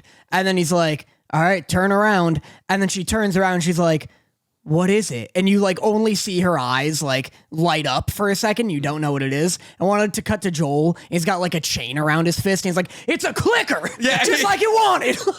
It's just like, I took its teeth out. I can't buy it anymore. it's just swinging at her. Yeah. She's like, what the fuck? You brought that in here? Jesus Christ. That was a person. Yeah, That's just Eugene. Just keeps like beating at it with Yeah. like a 2x4. Cowboy. Yeah, This one's got the least mushrooms I've ever seen on one of them. yeah. But anyway, yeah, good episode. Very good episode. I like the Eugene stuff a lot. I saw a TikTok that infuriated me. What? I think Do you understand where he's coming from? That's what I want to say. Do you understand why Joel made in the like Joel versus Ellie conversation here? Is there a side of you that's empathetic to what Joel's trying to accomplish? Oh, I mean, I'm not like, oh, it's out of character. It's not like I buy that he did it and why he did it. Yeah. Because Joel has been the fucking, he's the Last of Us. Like the world is falling apart and everything's chaos, and they just got to this community where things work, and they work because everyone works for each And other. there's fucking rules. And there's rules. Yeah. And like after living in this like really scrappy kind of like rundown community with Tess and like Boston. in Boston and like hiding from Pedro, which is this like roving fascist gang. Yeah. And then here there's the WLF, which is like also a roving fascist gang. Everyone's a fascist or a raider in this world. And he finds the one community that is full of nice people who are able to live in comfort because they follow the rules. Yeah. So I buy that Joel, this 50-year-old Texan from the 80s, is like, things only work because we have the rules. Like the second I make an exception, it's all gonna fall apart. And also, it works in terms of his own hypocrisy because I do buy that if it was Ellie, he'd have like done whatever he could to like, you know, get her last words. And like he would break and bend the rules for Ellie. 100%. But Joel is also the type of person who like respects that those rules apply to anybody else too. Like if Eugene tried killing him or like, you know, tried fighting his way back to Gale, I think Joel would have like respected it and like killed him, but been like, you know, that's on him to do. Yeah. It's the same reason why when he finds out why Abby's killing him, he's like, can you just shut up and kill me already? Like, I get it. Like you won. You won this game of life that we're all playing. Yeah. And so take your reward. Like he admits when he's like, "Oh, I understand. Like what I did to the fireflies will eventually come back to bite me," kind of thing. Yeah. Like he does things that seem ethically and morally wrong, with the understanding that one day those repercussions will blow back onto him. Yeah, exactly. He's like, I'll break my rules, knowing that there will be consequences. You know. But so anyway, I saw a TikTok that pissed me off. Oh yeah. Where I feel like the issue with people starting to hate a show is that like, hold on, how do I phrase this? Because I think you'll find it interesting. Okay. Anytime a like hit show comes out and it starts to fall off or like there's something people hate about it, it will literally create new content creator careers. Okay. Like people will get their start bashing a show. 100%. Everyone has a show that was their start. Mine's Has Been Hotel. Yeah. Yours is Naruto, right? And I was doing stuff before Has Been, but like Has Been was when like my shit took off. 100%. And so every now and then with like Invincible and with this, there will be like these content creators that you've never heard of, and they have like 200 viewers, and they make a video like bashing the show because an episode was bad, and it blows up. Yeah. And then now, no matter what the show does, every episode they have to bash on 100%. it. Because it's steamrolling or it's like snowballing their content You're becoming creator known career. for a thing. Yeah. And now your job is to make that thing. Yeah. It's what you did with Has Been Hotel, and then you went to fucking Hell of a Boss, Yeah. and then I did with Naruto, and I went to Boruto. Like, Yeah. if you become known for a thing, when you don't talk about that thing, your fucking views plummet. And that's fine. Like, it's fine to find a niche. Yeah. But when the niche is hating a thing. It's not good. Yeah, it sucks. Because then this episode, which is like great, like the best episode of the season, great writing. Yeah. Saw this dude who's been like bashing on the season like all season. And he's like, I can't stand the disrespect towards Joel's character that is coming from these writers. And he was talking about how he was like, you know, humanized, like he's allowed to be humanized. Like he's not God. well, he was like, he was mad that Ellie like blew up his spot in front of Gale. He was like, Ellie disrespecting Joel in front of everybody, even though Joel is her senior and Joel is following the rules. And then Gale, another woman, slapping Joel, even though he did everything that he was supposed to do. And it's like, and I commented, I was like, she just found out he lied to her face and murdered her husband. She like, hugged the guy who put a bullet in the back of his brain when he was begging to see his wife. yeah, That's like his dying wish. Like, what did he want her to do? Give him a big old smooch? Like, so now it's like, once the show starts getting good, you'll see the people who like have built a career on hating it start to find any reason to hate it. It's the classic, like, people be like, oh, the conservative pipeline of like content creators who fell off, being like, oh, my views aren't doing well anymore. Let me see some incredibly salacious shit. Yeah. Because like fuck it, I need to find a way to keep my numbers up here. Yeah. Yeah. So. I don't know. I find the Joel thing lying to Gale? Ellie or Gale very interesting, because I was like, fuck. At like what, like it's so interesting because like that probably would have been better for her to hear. 100%. Like it would be better for her to hear this kind of thing, but at the same time, lying implies that you feel shame for what you've done, right? Yeah, well, it is interesting because then we see, or we know the repercussions of the lie, and it's that Gale is like a bitter drunk who's always high now. Yeah. And so like maybe the truth wasn't for her own good. Yeah. So it makes the discussion even more interesting. I also like that Joel, like, yeah, after breaking his promise to Ellie, then goes and just machine guns a laundry list of lies. Yeah, at her. just not even a singular truth. He's like, he wanted you to know that he loved you. He was brave. He killed himself, and it was like you could have sprinkled in a little bit of truth. I know. He's like, and then he attacked Ellie. You saw it, Ellie, right? Yeah, Go fucking on. show him your bite. Actually, we have to go get rid of her right now. Actually. Like, I gotta burn her corpse. Just keeps Your dragging fucking Ellie. husband killed my daughter, bitch.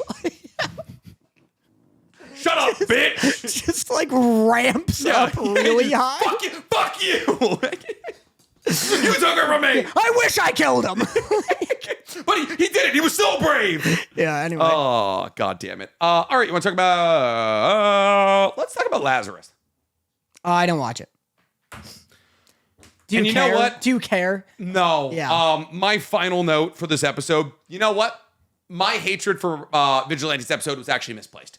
I had a note in my head from the Vigilantes episode that I used for My Hero Academia, and I take that back for Vigilantes. This entire fucking episode was a goddamn laptop screensaver.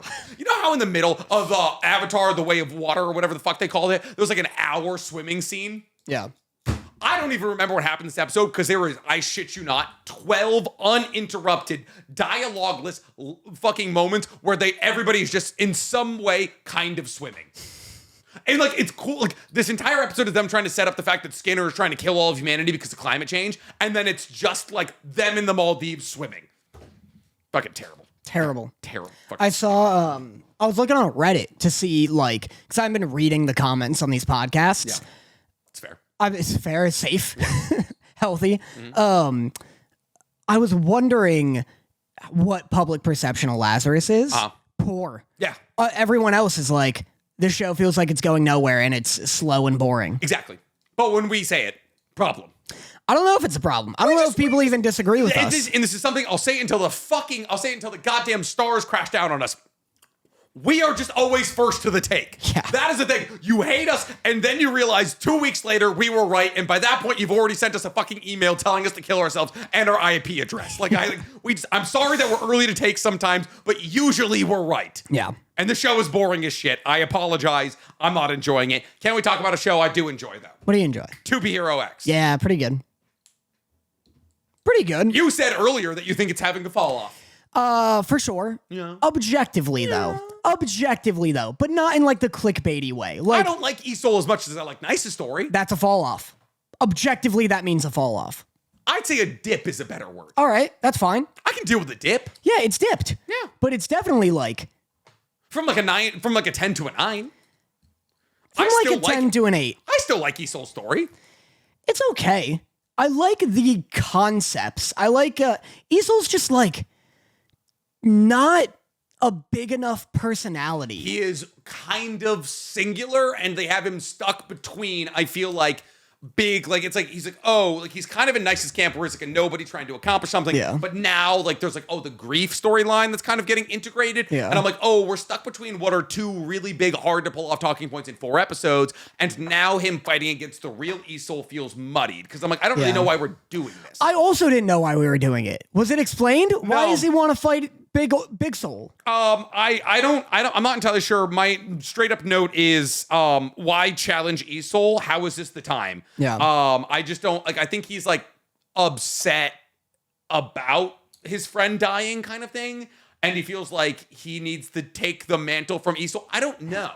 Yeah. Like, I don't know why, like, killing one of the, like, why do we need to kill one of the fucking most important heroes on Earth because our friend died?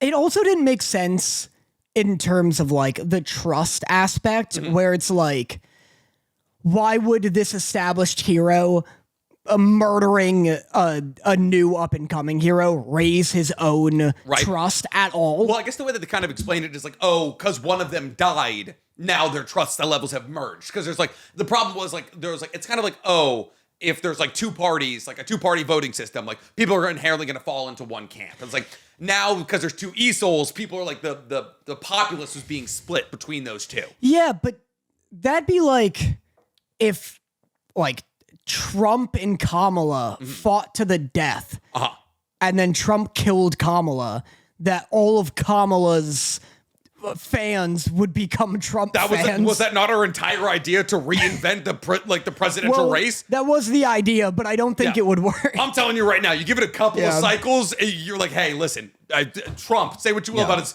tariff policies. Hell of a right hook. Yeah, hell of a right great hook. uppercut. Took fucking Kamala. He took Kamala's jaw for fucking like her face. But no, I just like, I just don't buy that. Like, anyone who's like left Isol for the new one, why would they go come back to him because he killed the guy they like? His knuckles are wet with his blood. I don't know. It is kind of sick. There was a streamer who accused Isol of doing the murder, and I was like, look, I'm not for police states, but like that guy shouldn't be allowed to do that, right? That's just false information. It's just slander. Yeah, you're like slander and libel. Like slap cuffs on that guy immediately. Yeah, that's crazy. I do love that every piece of traditional TV and media, the second they show a streamer, it's just the worst fucking person you ever know. It's just an awful guy. I get that a lot of streamers are bad people, but fuck, has it been bad PR for streamers recently? Like every single one of them is just like, I'm fat, ugly, and I'll say fat. Like I was gonna say misinformation for some reason. I went for Why are you leaning fat on information. There's like every single streamer is just the I'll worst. take fat information. I'll take fat information immediately. Give me the fucking best place to eat, homie. Yeah. But yeah, so I don't know. I'm and then they're like, hey, by the way, the uncle is low key a kingpin. Yeah. I don't know. Like this is whatever. It's kind of a scattered episode. Well, especially considering this is maybe the last Isol one. Well, so no, next episode's gonna be the last episode. Oh. Yeah. I'm so sick of Isol. I think we're getting Lucky Cyan next. Whose music, mind you, not good. Anytime an anime does an idol thing, I'm always like, no way this idol is like as popular as this anime is telling me she is. I don't know. No, because you haven't seen Ocean of Code, that's why. I've seen. Oshinoko's music slaps. Every Yeah. single song. So goddamn good. I guess that's fair. But it's an entire show about idols. Right. So you better fucking figure that part out at least. But yeah, so I also was wondering, like, how the fuck is this guy? They're like, oh, E-Soul, Old Soul was like falling out of like everybody was like, oh, E-Soul is like losing his trust value. And then in the fight against new E-Soul, he literally ascends into the sky and summons actual fucking lightning. And I was like, if he's not top 10, who is? Yeah, the true. second I see fucking Raiden floating in the sky, yeah, I trust him. Are you kidding me? Yeah, I liked it. I liked the fight. The fight was sick as hell. Great fight. It was sick as hell. I just wish I understood why it was happening. Yeah. That was the thing was nice. It was like all of the fights were very easy. You understood why they were happening. We're trying to take out the God Eye or the Enlighter kind of thing. And there was like, this was just like, oh, hey, I just have to take out the old guard kind of thing. It was like the old versus new conversation that for some reason, I don't know like why we're having. Well, yeah, and it was hard to root for new E-Soul because I was like, I don't think old E-Soul deserves this fight. I think like, yeah, he's maybe like lost touch with being a superhero, but I don't think it means he deserves to fucking die. Yeah. Maybe the new episode will reveal why, like episode 4 will reveal. Oh, just kill Moon. Who knows? Yeah, true. Just bring Yeah, Moon they back. take off old E-Soul's helmet and it's Moon. It's Moon again. It's just like, fuck. Yeah. We keep getting her.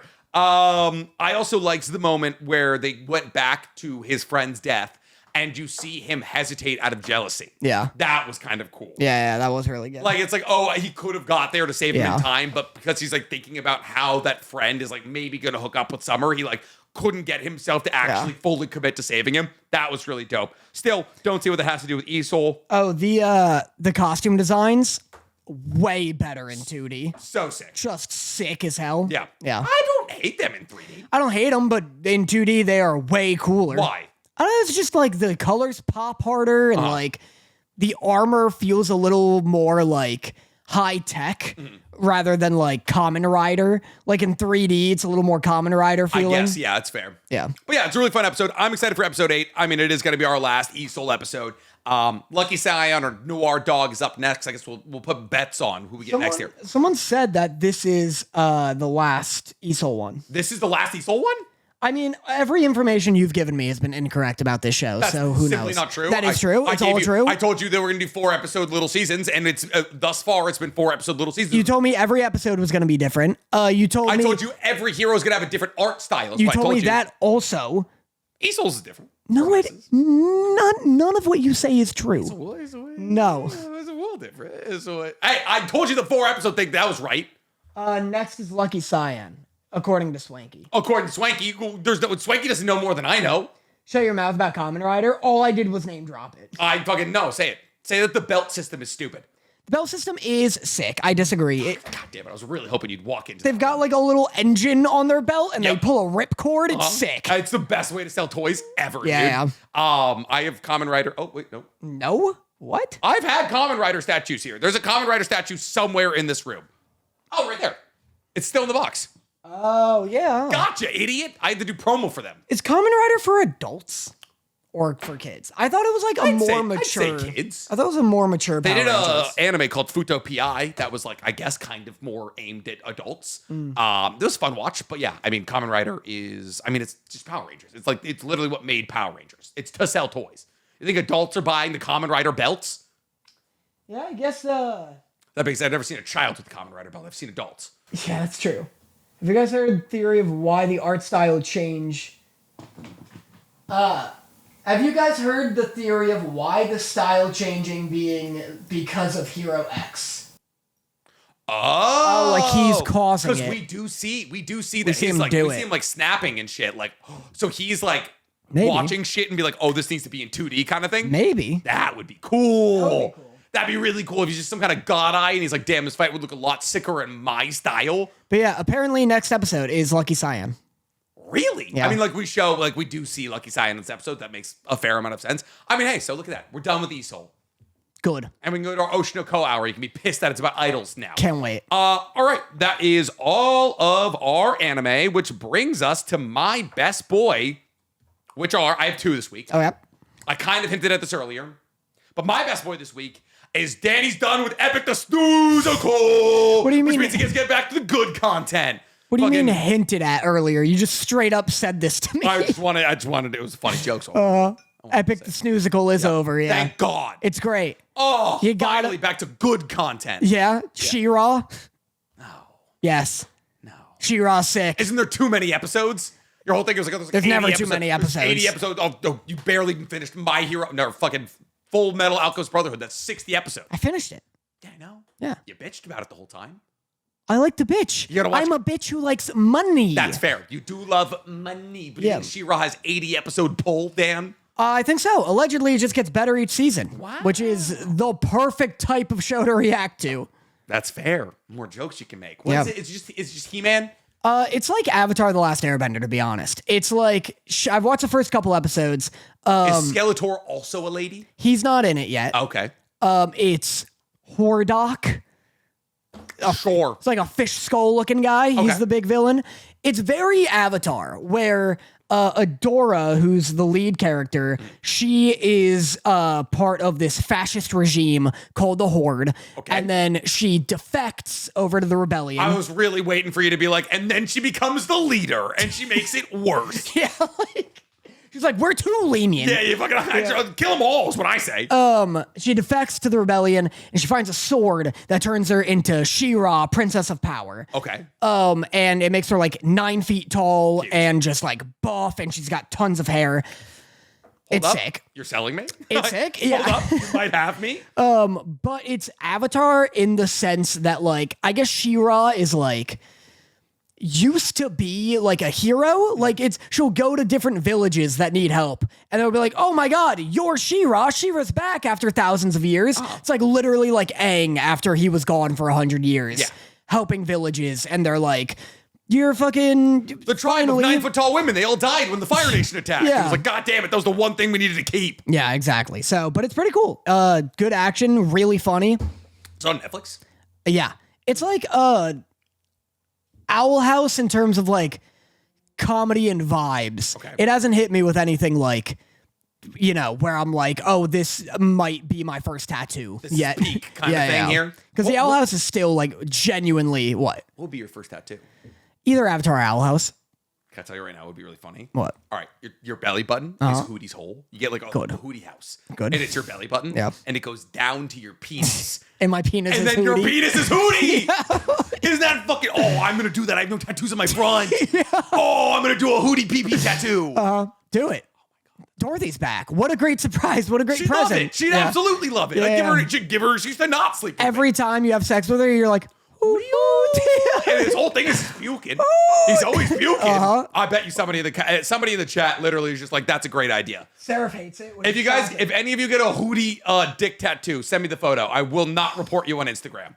100%. Don't ask. I will look at your Hootie dick tattoo. Don't listen to this soy boy cuck. If you get a Hootie dick tattoo, send me the photo. I'll rate it. This is an awful idea. I will look at your Hootie tattoo penis.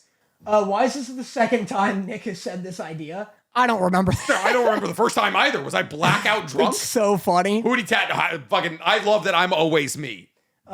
Anyway, not excited for you for that. I am. I I'm fucking. get less excited. Listen, don't send me a photo of your penis without a tattoo on it. Yeah. You get a Hootie tattoo on your penis, send me that photo immediately. Okay. I want to see it. I want to see that cock. Fucking yeah, The Owl House is like one of the best shows I've seen. So a tattoo? Your So first I- tattoo would be Owl House? Maybe. If you get a tattoo, can I come with you? Yeah. Yeah. There's not like cool enough imagery in The Owl House, unfortunately. Like I'd get a glyph, but it's like I know, none of it's cool enough. Stupid. People are like, get the flapjack tattoo. Like, it's not that. The fuck is the flapjack tattoo? They all have flapjack tattoos. What do you mean? At the end, because Flapjack dies, they all have tattoos on their shoulder, like commemorating him. Oh, that's also stupid. That's like the people. And listen, Hey, Uh-oh. all millennials out there, don't be a You knew it was a bad idea. All right. There's a couple of bad tattoos out there. What's the Triforce tattoo from Harry Potter? Oh, the Deathly one? Hallows? That's like getting a Deathly Hallows tattoo.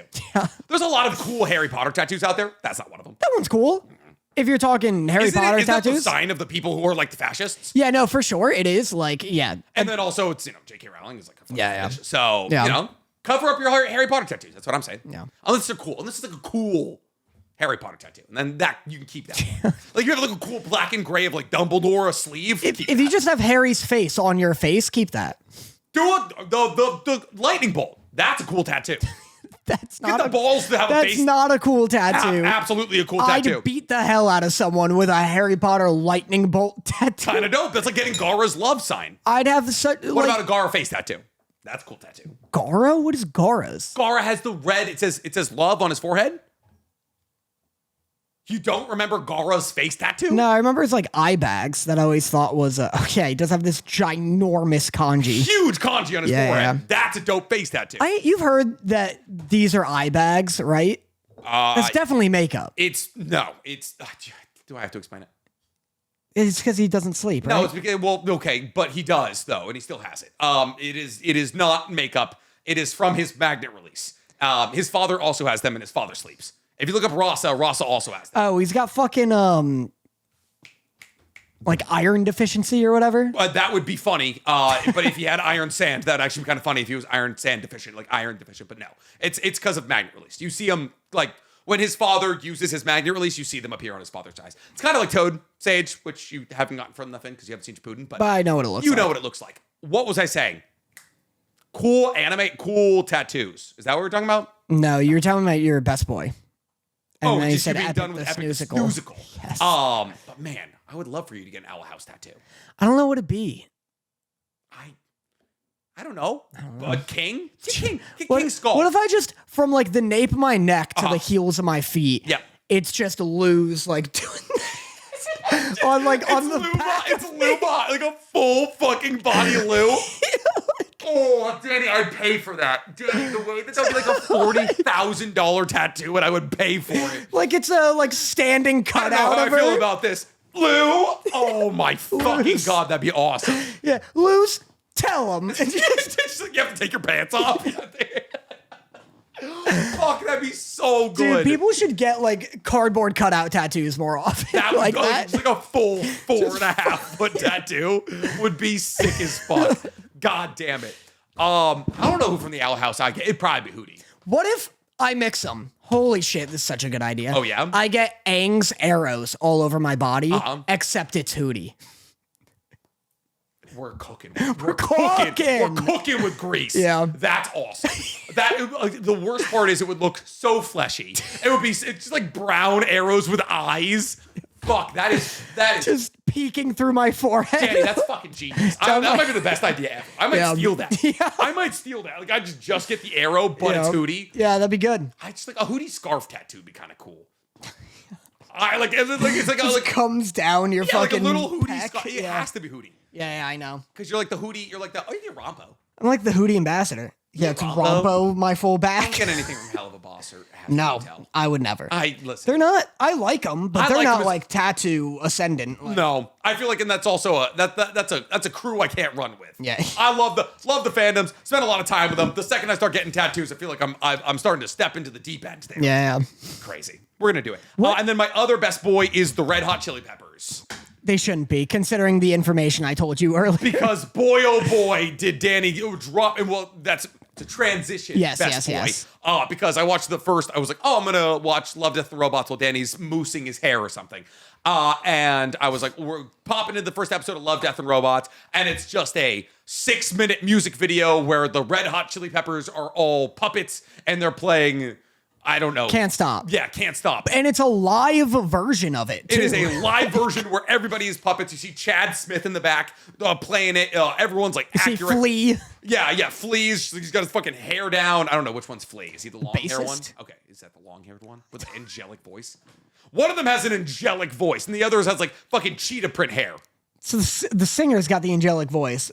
No, there's like all three of them sing. Oh, I don't There's know. a lead singer who doesn't play guitar, and then both of the singers sing at different points. I don't know. Anyways, and I'm like, Danny, damn, are the Red Hot Chili Peppers back? And he was like, no, they're not, because in an autobiography written by the lead singer of the Red Hot Chili Peppers, for some reason he needed to remind everybody that he fucked a 14-year-old when he was 24, but it was cool because she was cool with it. Here, let me just verify Allegedly. the ages. Yeah, Red Hot Chili Peppers, pedo?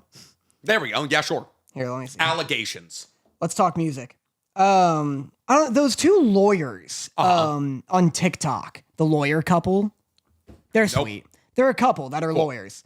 But they informed me about it, and now when you look at all fucking crazy.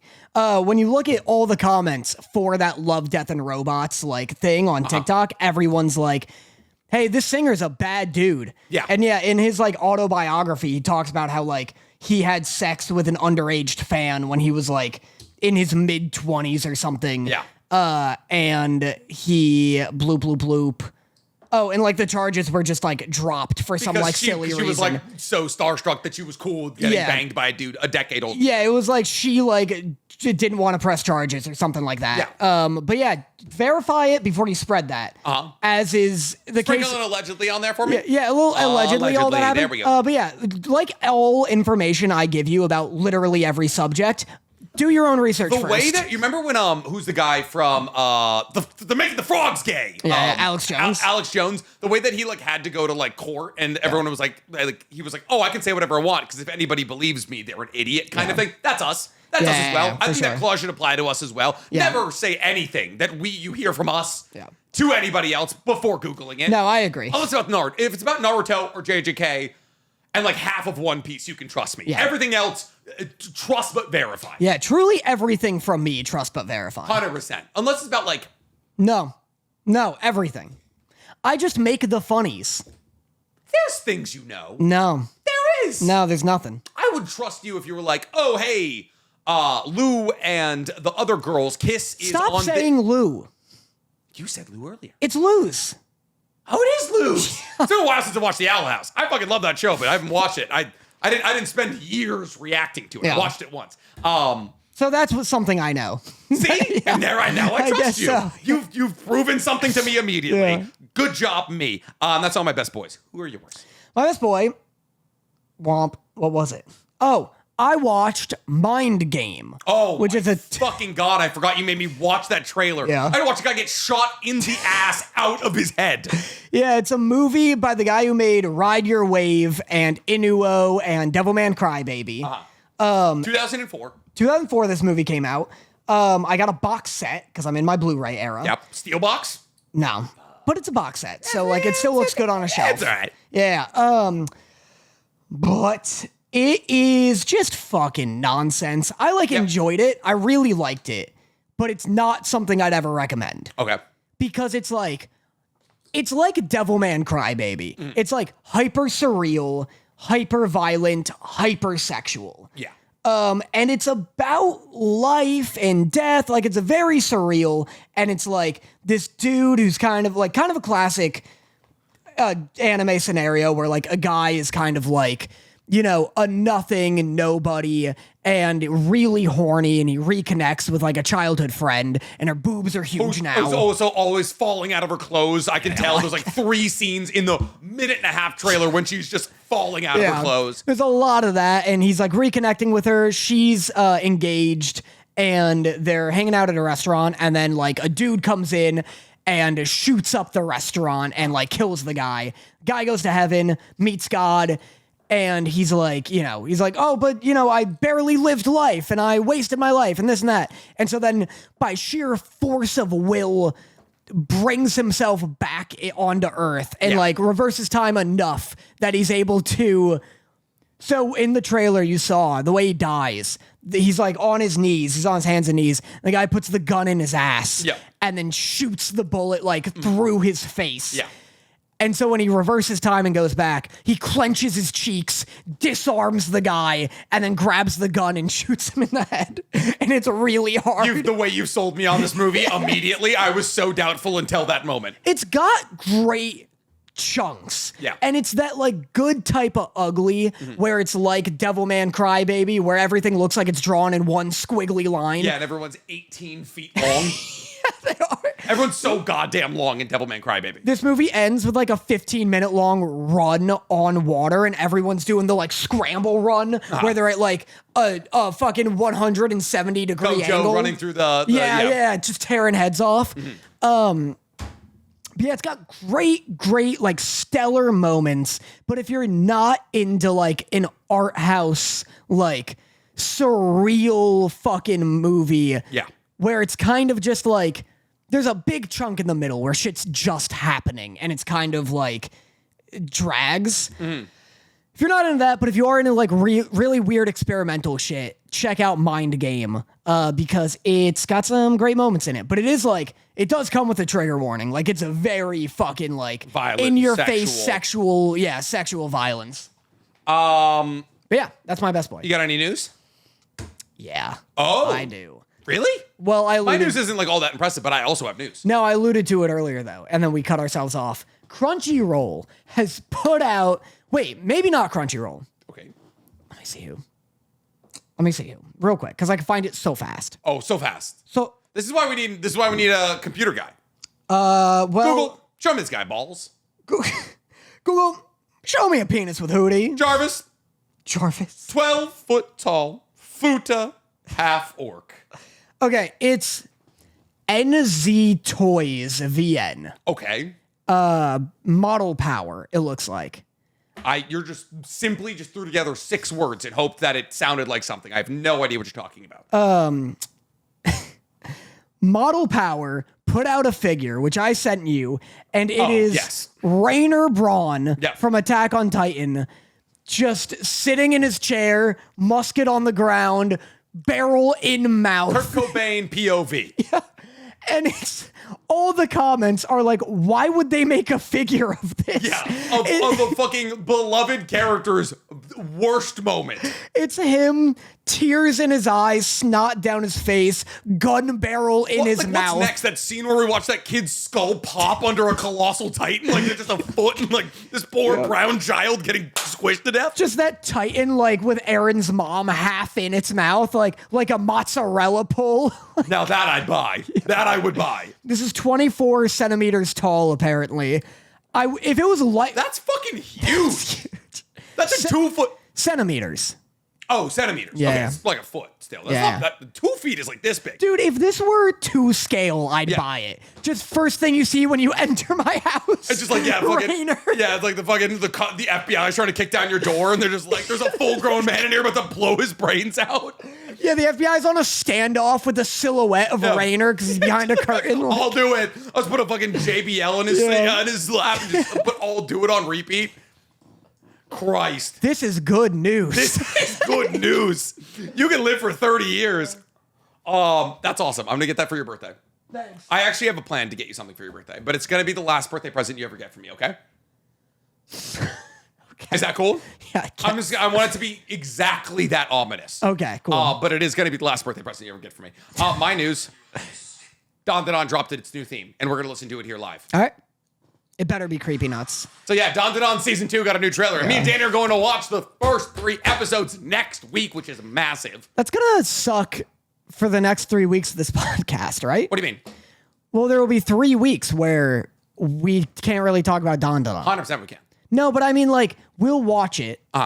Like, in what order do we talk about it? You know, do we wait for each one to come out? We should do a non-spoiler review after next week. Yeah, and then each week when they come out, spoiler review. Yeah. Because like a lot of people may not either have access to that movie because like God knows it's not screening in like most of non-Californian movie theaters. Yeah. Like if you're not from like an Asian-ish area, like you usually don't get like anime screeners. Like even like out here, if you want to watch like the My Hero Academia movie or something, you have to go to like the 626. Yeah, I had to drive far to see Mugen Train in New York. Exactly. So like we probably should do like a non-spoiler review because like a lot of people won't be able to see it. All right, that brings us to our favorite part of the episode, Love Letters, where me and Danny pull our live audience to ask us a question that we answer here live on the podcast. So if you guys want to get the podcast 2 days early or hang out with me and Danny before the podcast, and really the only time that either of us ever go live, or get 2 hours of additional Nick and Danny time a month, we really need to do a new repo day. Not another repo day, another split fiction day. Probably can do that tomorrow, actually. But anyways, you can become a member on Patreon for $4.99 a month. And you can get our unconditional, undying love. So, Danny, got any questions for us? iBugman85 asks, if we could isekai our co-host into what anime universe would we choose? Berserk! You can't do Berserk, I just said it! Oh, so you're sending me to Berserk? Yeah, Nick, and here's why. Okay. You're charismatic enough that I think if you ended up in Berserk, everyone thinks when they get isekai'd somewhere, they're gonna be the main character. Yeah. I think your personality lends you to being Griffith. I think that's the track you end up on. I think you get you get found by the Behemoth or whatever it's called. Yeah, Behemoth. Behemot. I don't know. It's probably pronounced like Bazoozle, you know? Baphomet, I believe. Yeah, like with consonants that aren't actually in it. Yeah. I think you get found by it. I think you pursue passions of grandeur. Yep. I think you are tortured for a couple of years. I can live with that. Yeah. To be that pretty. To be that pretty. To be that pretty. To have hair that good. And then I think you sacrifice everyone you know and love. Listen.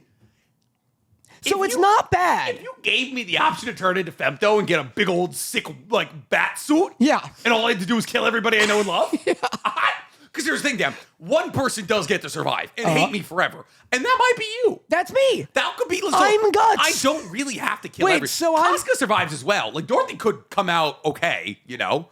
Well, hold on. Don't wish Casca's fate on Dorothy.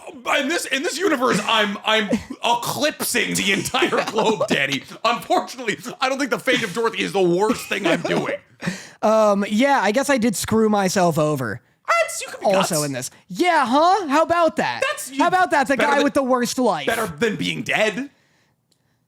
Not to Guts. No, that's fair. I'm sure there's times he wishes for it. All right, well, Dan, I appreciate you saying that I'm a narcissistic sociopath with a penchant for evil and danger and the willingness to kill everybody I know and love. I would send you to the plus-size elf universe because let's go. I know you love high fantasy. That's where I belong. I know you love girls with a little bit of meat on their bones. And I'm thinking one, this is a universe where everybody loves you because you're funny. And you've got a training regiment down, and the entire MC, we watched the first episode together. The MC, he's a trainer. All these elves keep coming over. They're like, hey, we gotta get skinny. But then they just eat. And you know what? I want you to live in a world where you're surrounded by girls with a little bit of meat on their bones. We're like, hey, maybe I could be better, but at the same time, let's have a meal. And I think you would love it there. Isn't that just the normal world, but elves keep leaking in? 100%. And you know what, Dan? You love being here, and you also love elves. Can I? Nice. They'll just jump out at you. Yeah. Can I just tell you? You have plus-sized elf on the mind way too often for a show you didn't finish, came out a couple seasons ago, and I never provoke out of you. I think it is stuck in my craw, man. Like I was like, I cannot believe this got made. Like I genuinely, it's one of those shows. I was doing this thing recently. I was looking into a new anime that was being made or something. And the anime, I think it was the people who made The Beginning After the End or something. And I was like, oh, everyone was like really upset about The Beginning After the End, like animation not being like good. Yeah. And I was like, well, look at the studio that's making it kind of thing. And I looked at the studio and like what they had made. And the most popular anime they ever made was this show called Hime Goto, which is a story about a boy who goes to this like all-girl school, and then it's like the reverse plot of Redo of Healer, basically, because all of the girls are really mean to him, and then they force him to be a femboy, and then he kind of becomes their slave. And then it's like 8 episodes of this boy being forced into like femboy positions and like situations by a cruel like a cruel student council of mean girls kind of thing. And I was like, I just can't believe this shit gets fucking made. It's so funny to me. What was that one you watched about the deer girl? Oh, My Dear Friend Nokotan. Yeah. That was funny though. Shut up. It was a fun show. For 4 episodes, it was a fun show. This shit is ridiculous. It's like all ridiculous. It needs to be an anime. It needs to be a manga first, and then it needs to be popular enough that people are like millions of dollars. Fucking make it. Yeah. Oh man, plus size. I like we were doing this bit last week. Yep. But it is crazy. Someone makes a plus-sized elf manga. Yeah. Which again, when I heard about it, I was like, man, that's progressive. That's cool. And then it turned out to be horribly offensive. And it was just like, these girls are fat and we gotta fix that. Like these fucking pigs can't stop eating. It was so not progressive or kind. Either fetishize them or be nice to them. Don't try, like you're not doing either. Yeah. It was so mean and horrible. But someone had to make that manga. And then some studio had to go, hey, can you draw that hundreds of thousands of times? We want more of it, baby. Yeah. We want a soundtrack and everything. Yeah. We want to hear these pigs slurping their food. God, it's so mean. Yeah, I can't believe it got made. It's really fucked up. But anyways, guys, we've been Otakus Anonymous. We love you so goddamn much. We will see you on the next one. I don't think we'll have seen Dandadan next by the time we do our next episode. We're like Monday. We see Dandadan on Wednesday, right? Yeah. Okay. But 2 weeks from now, you'll have us for Dandadan updates. It's going to be a massive episode. You guys are gonna hate it. You guys are going to hate it. You truly are. But I've been Nick, also known as NCMer23. Danny, you been? I've been. Danny Motta? Yeah, sure have. Why do you make me do this every time? This know. adds no sustenance. I don't They know I'm Danny Motta. I think we need a sign off. Why do we do this at the end?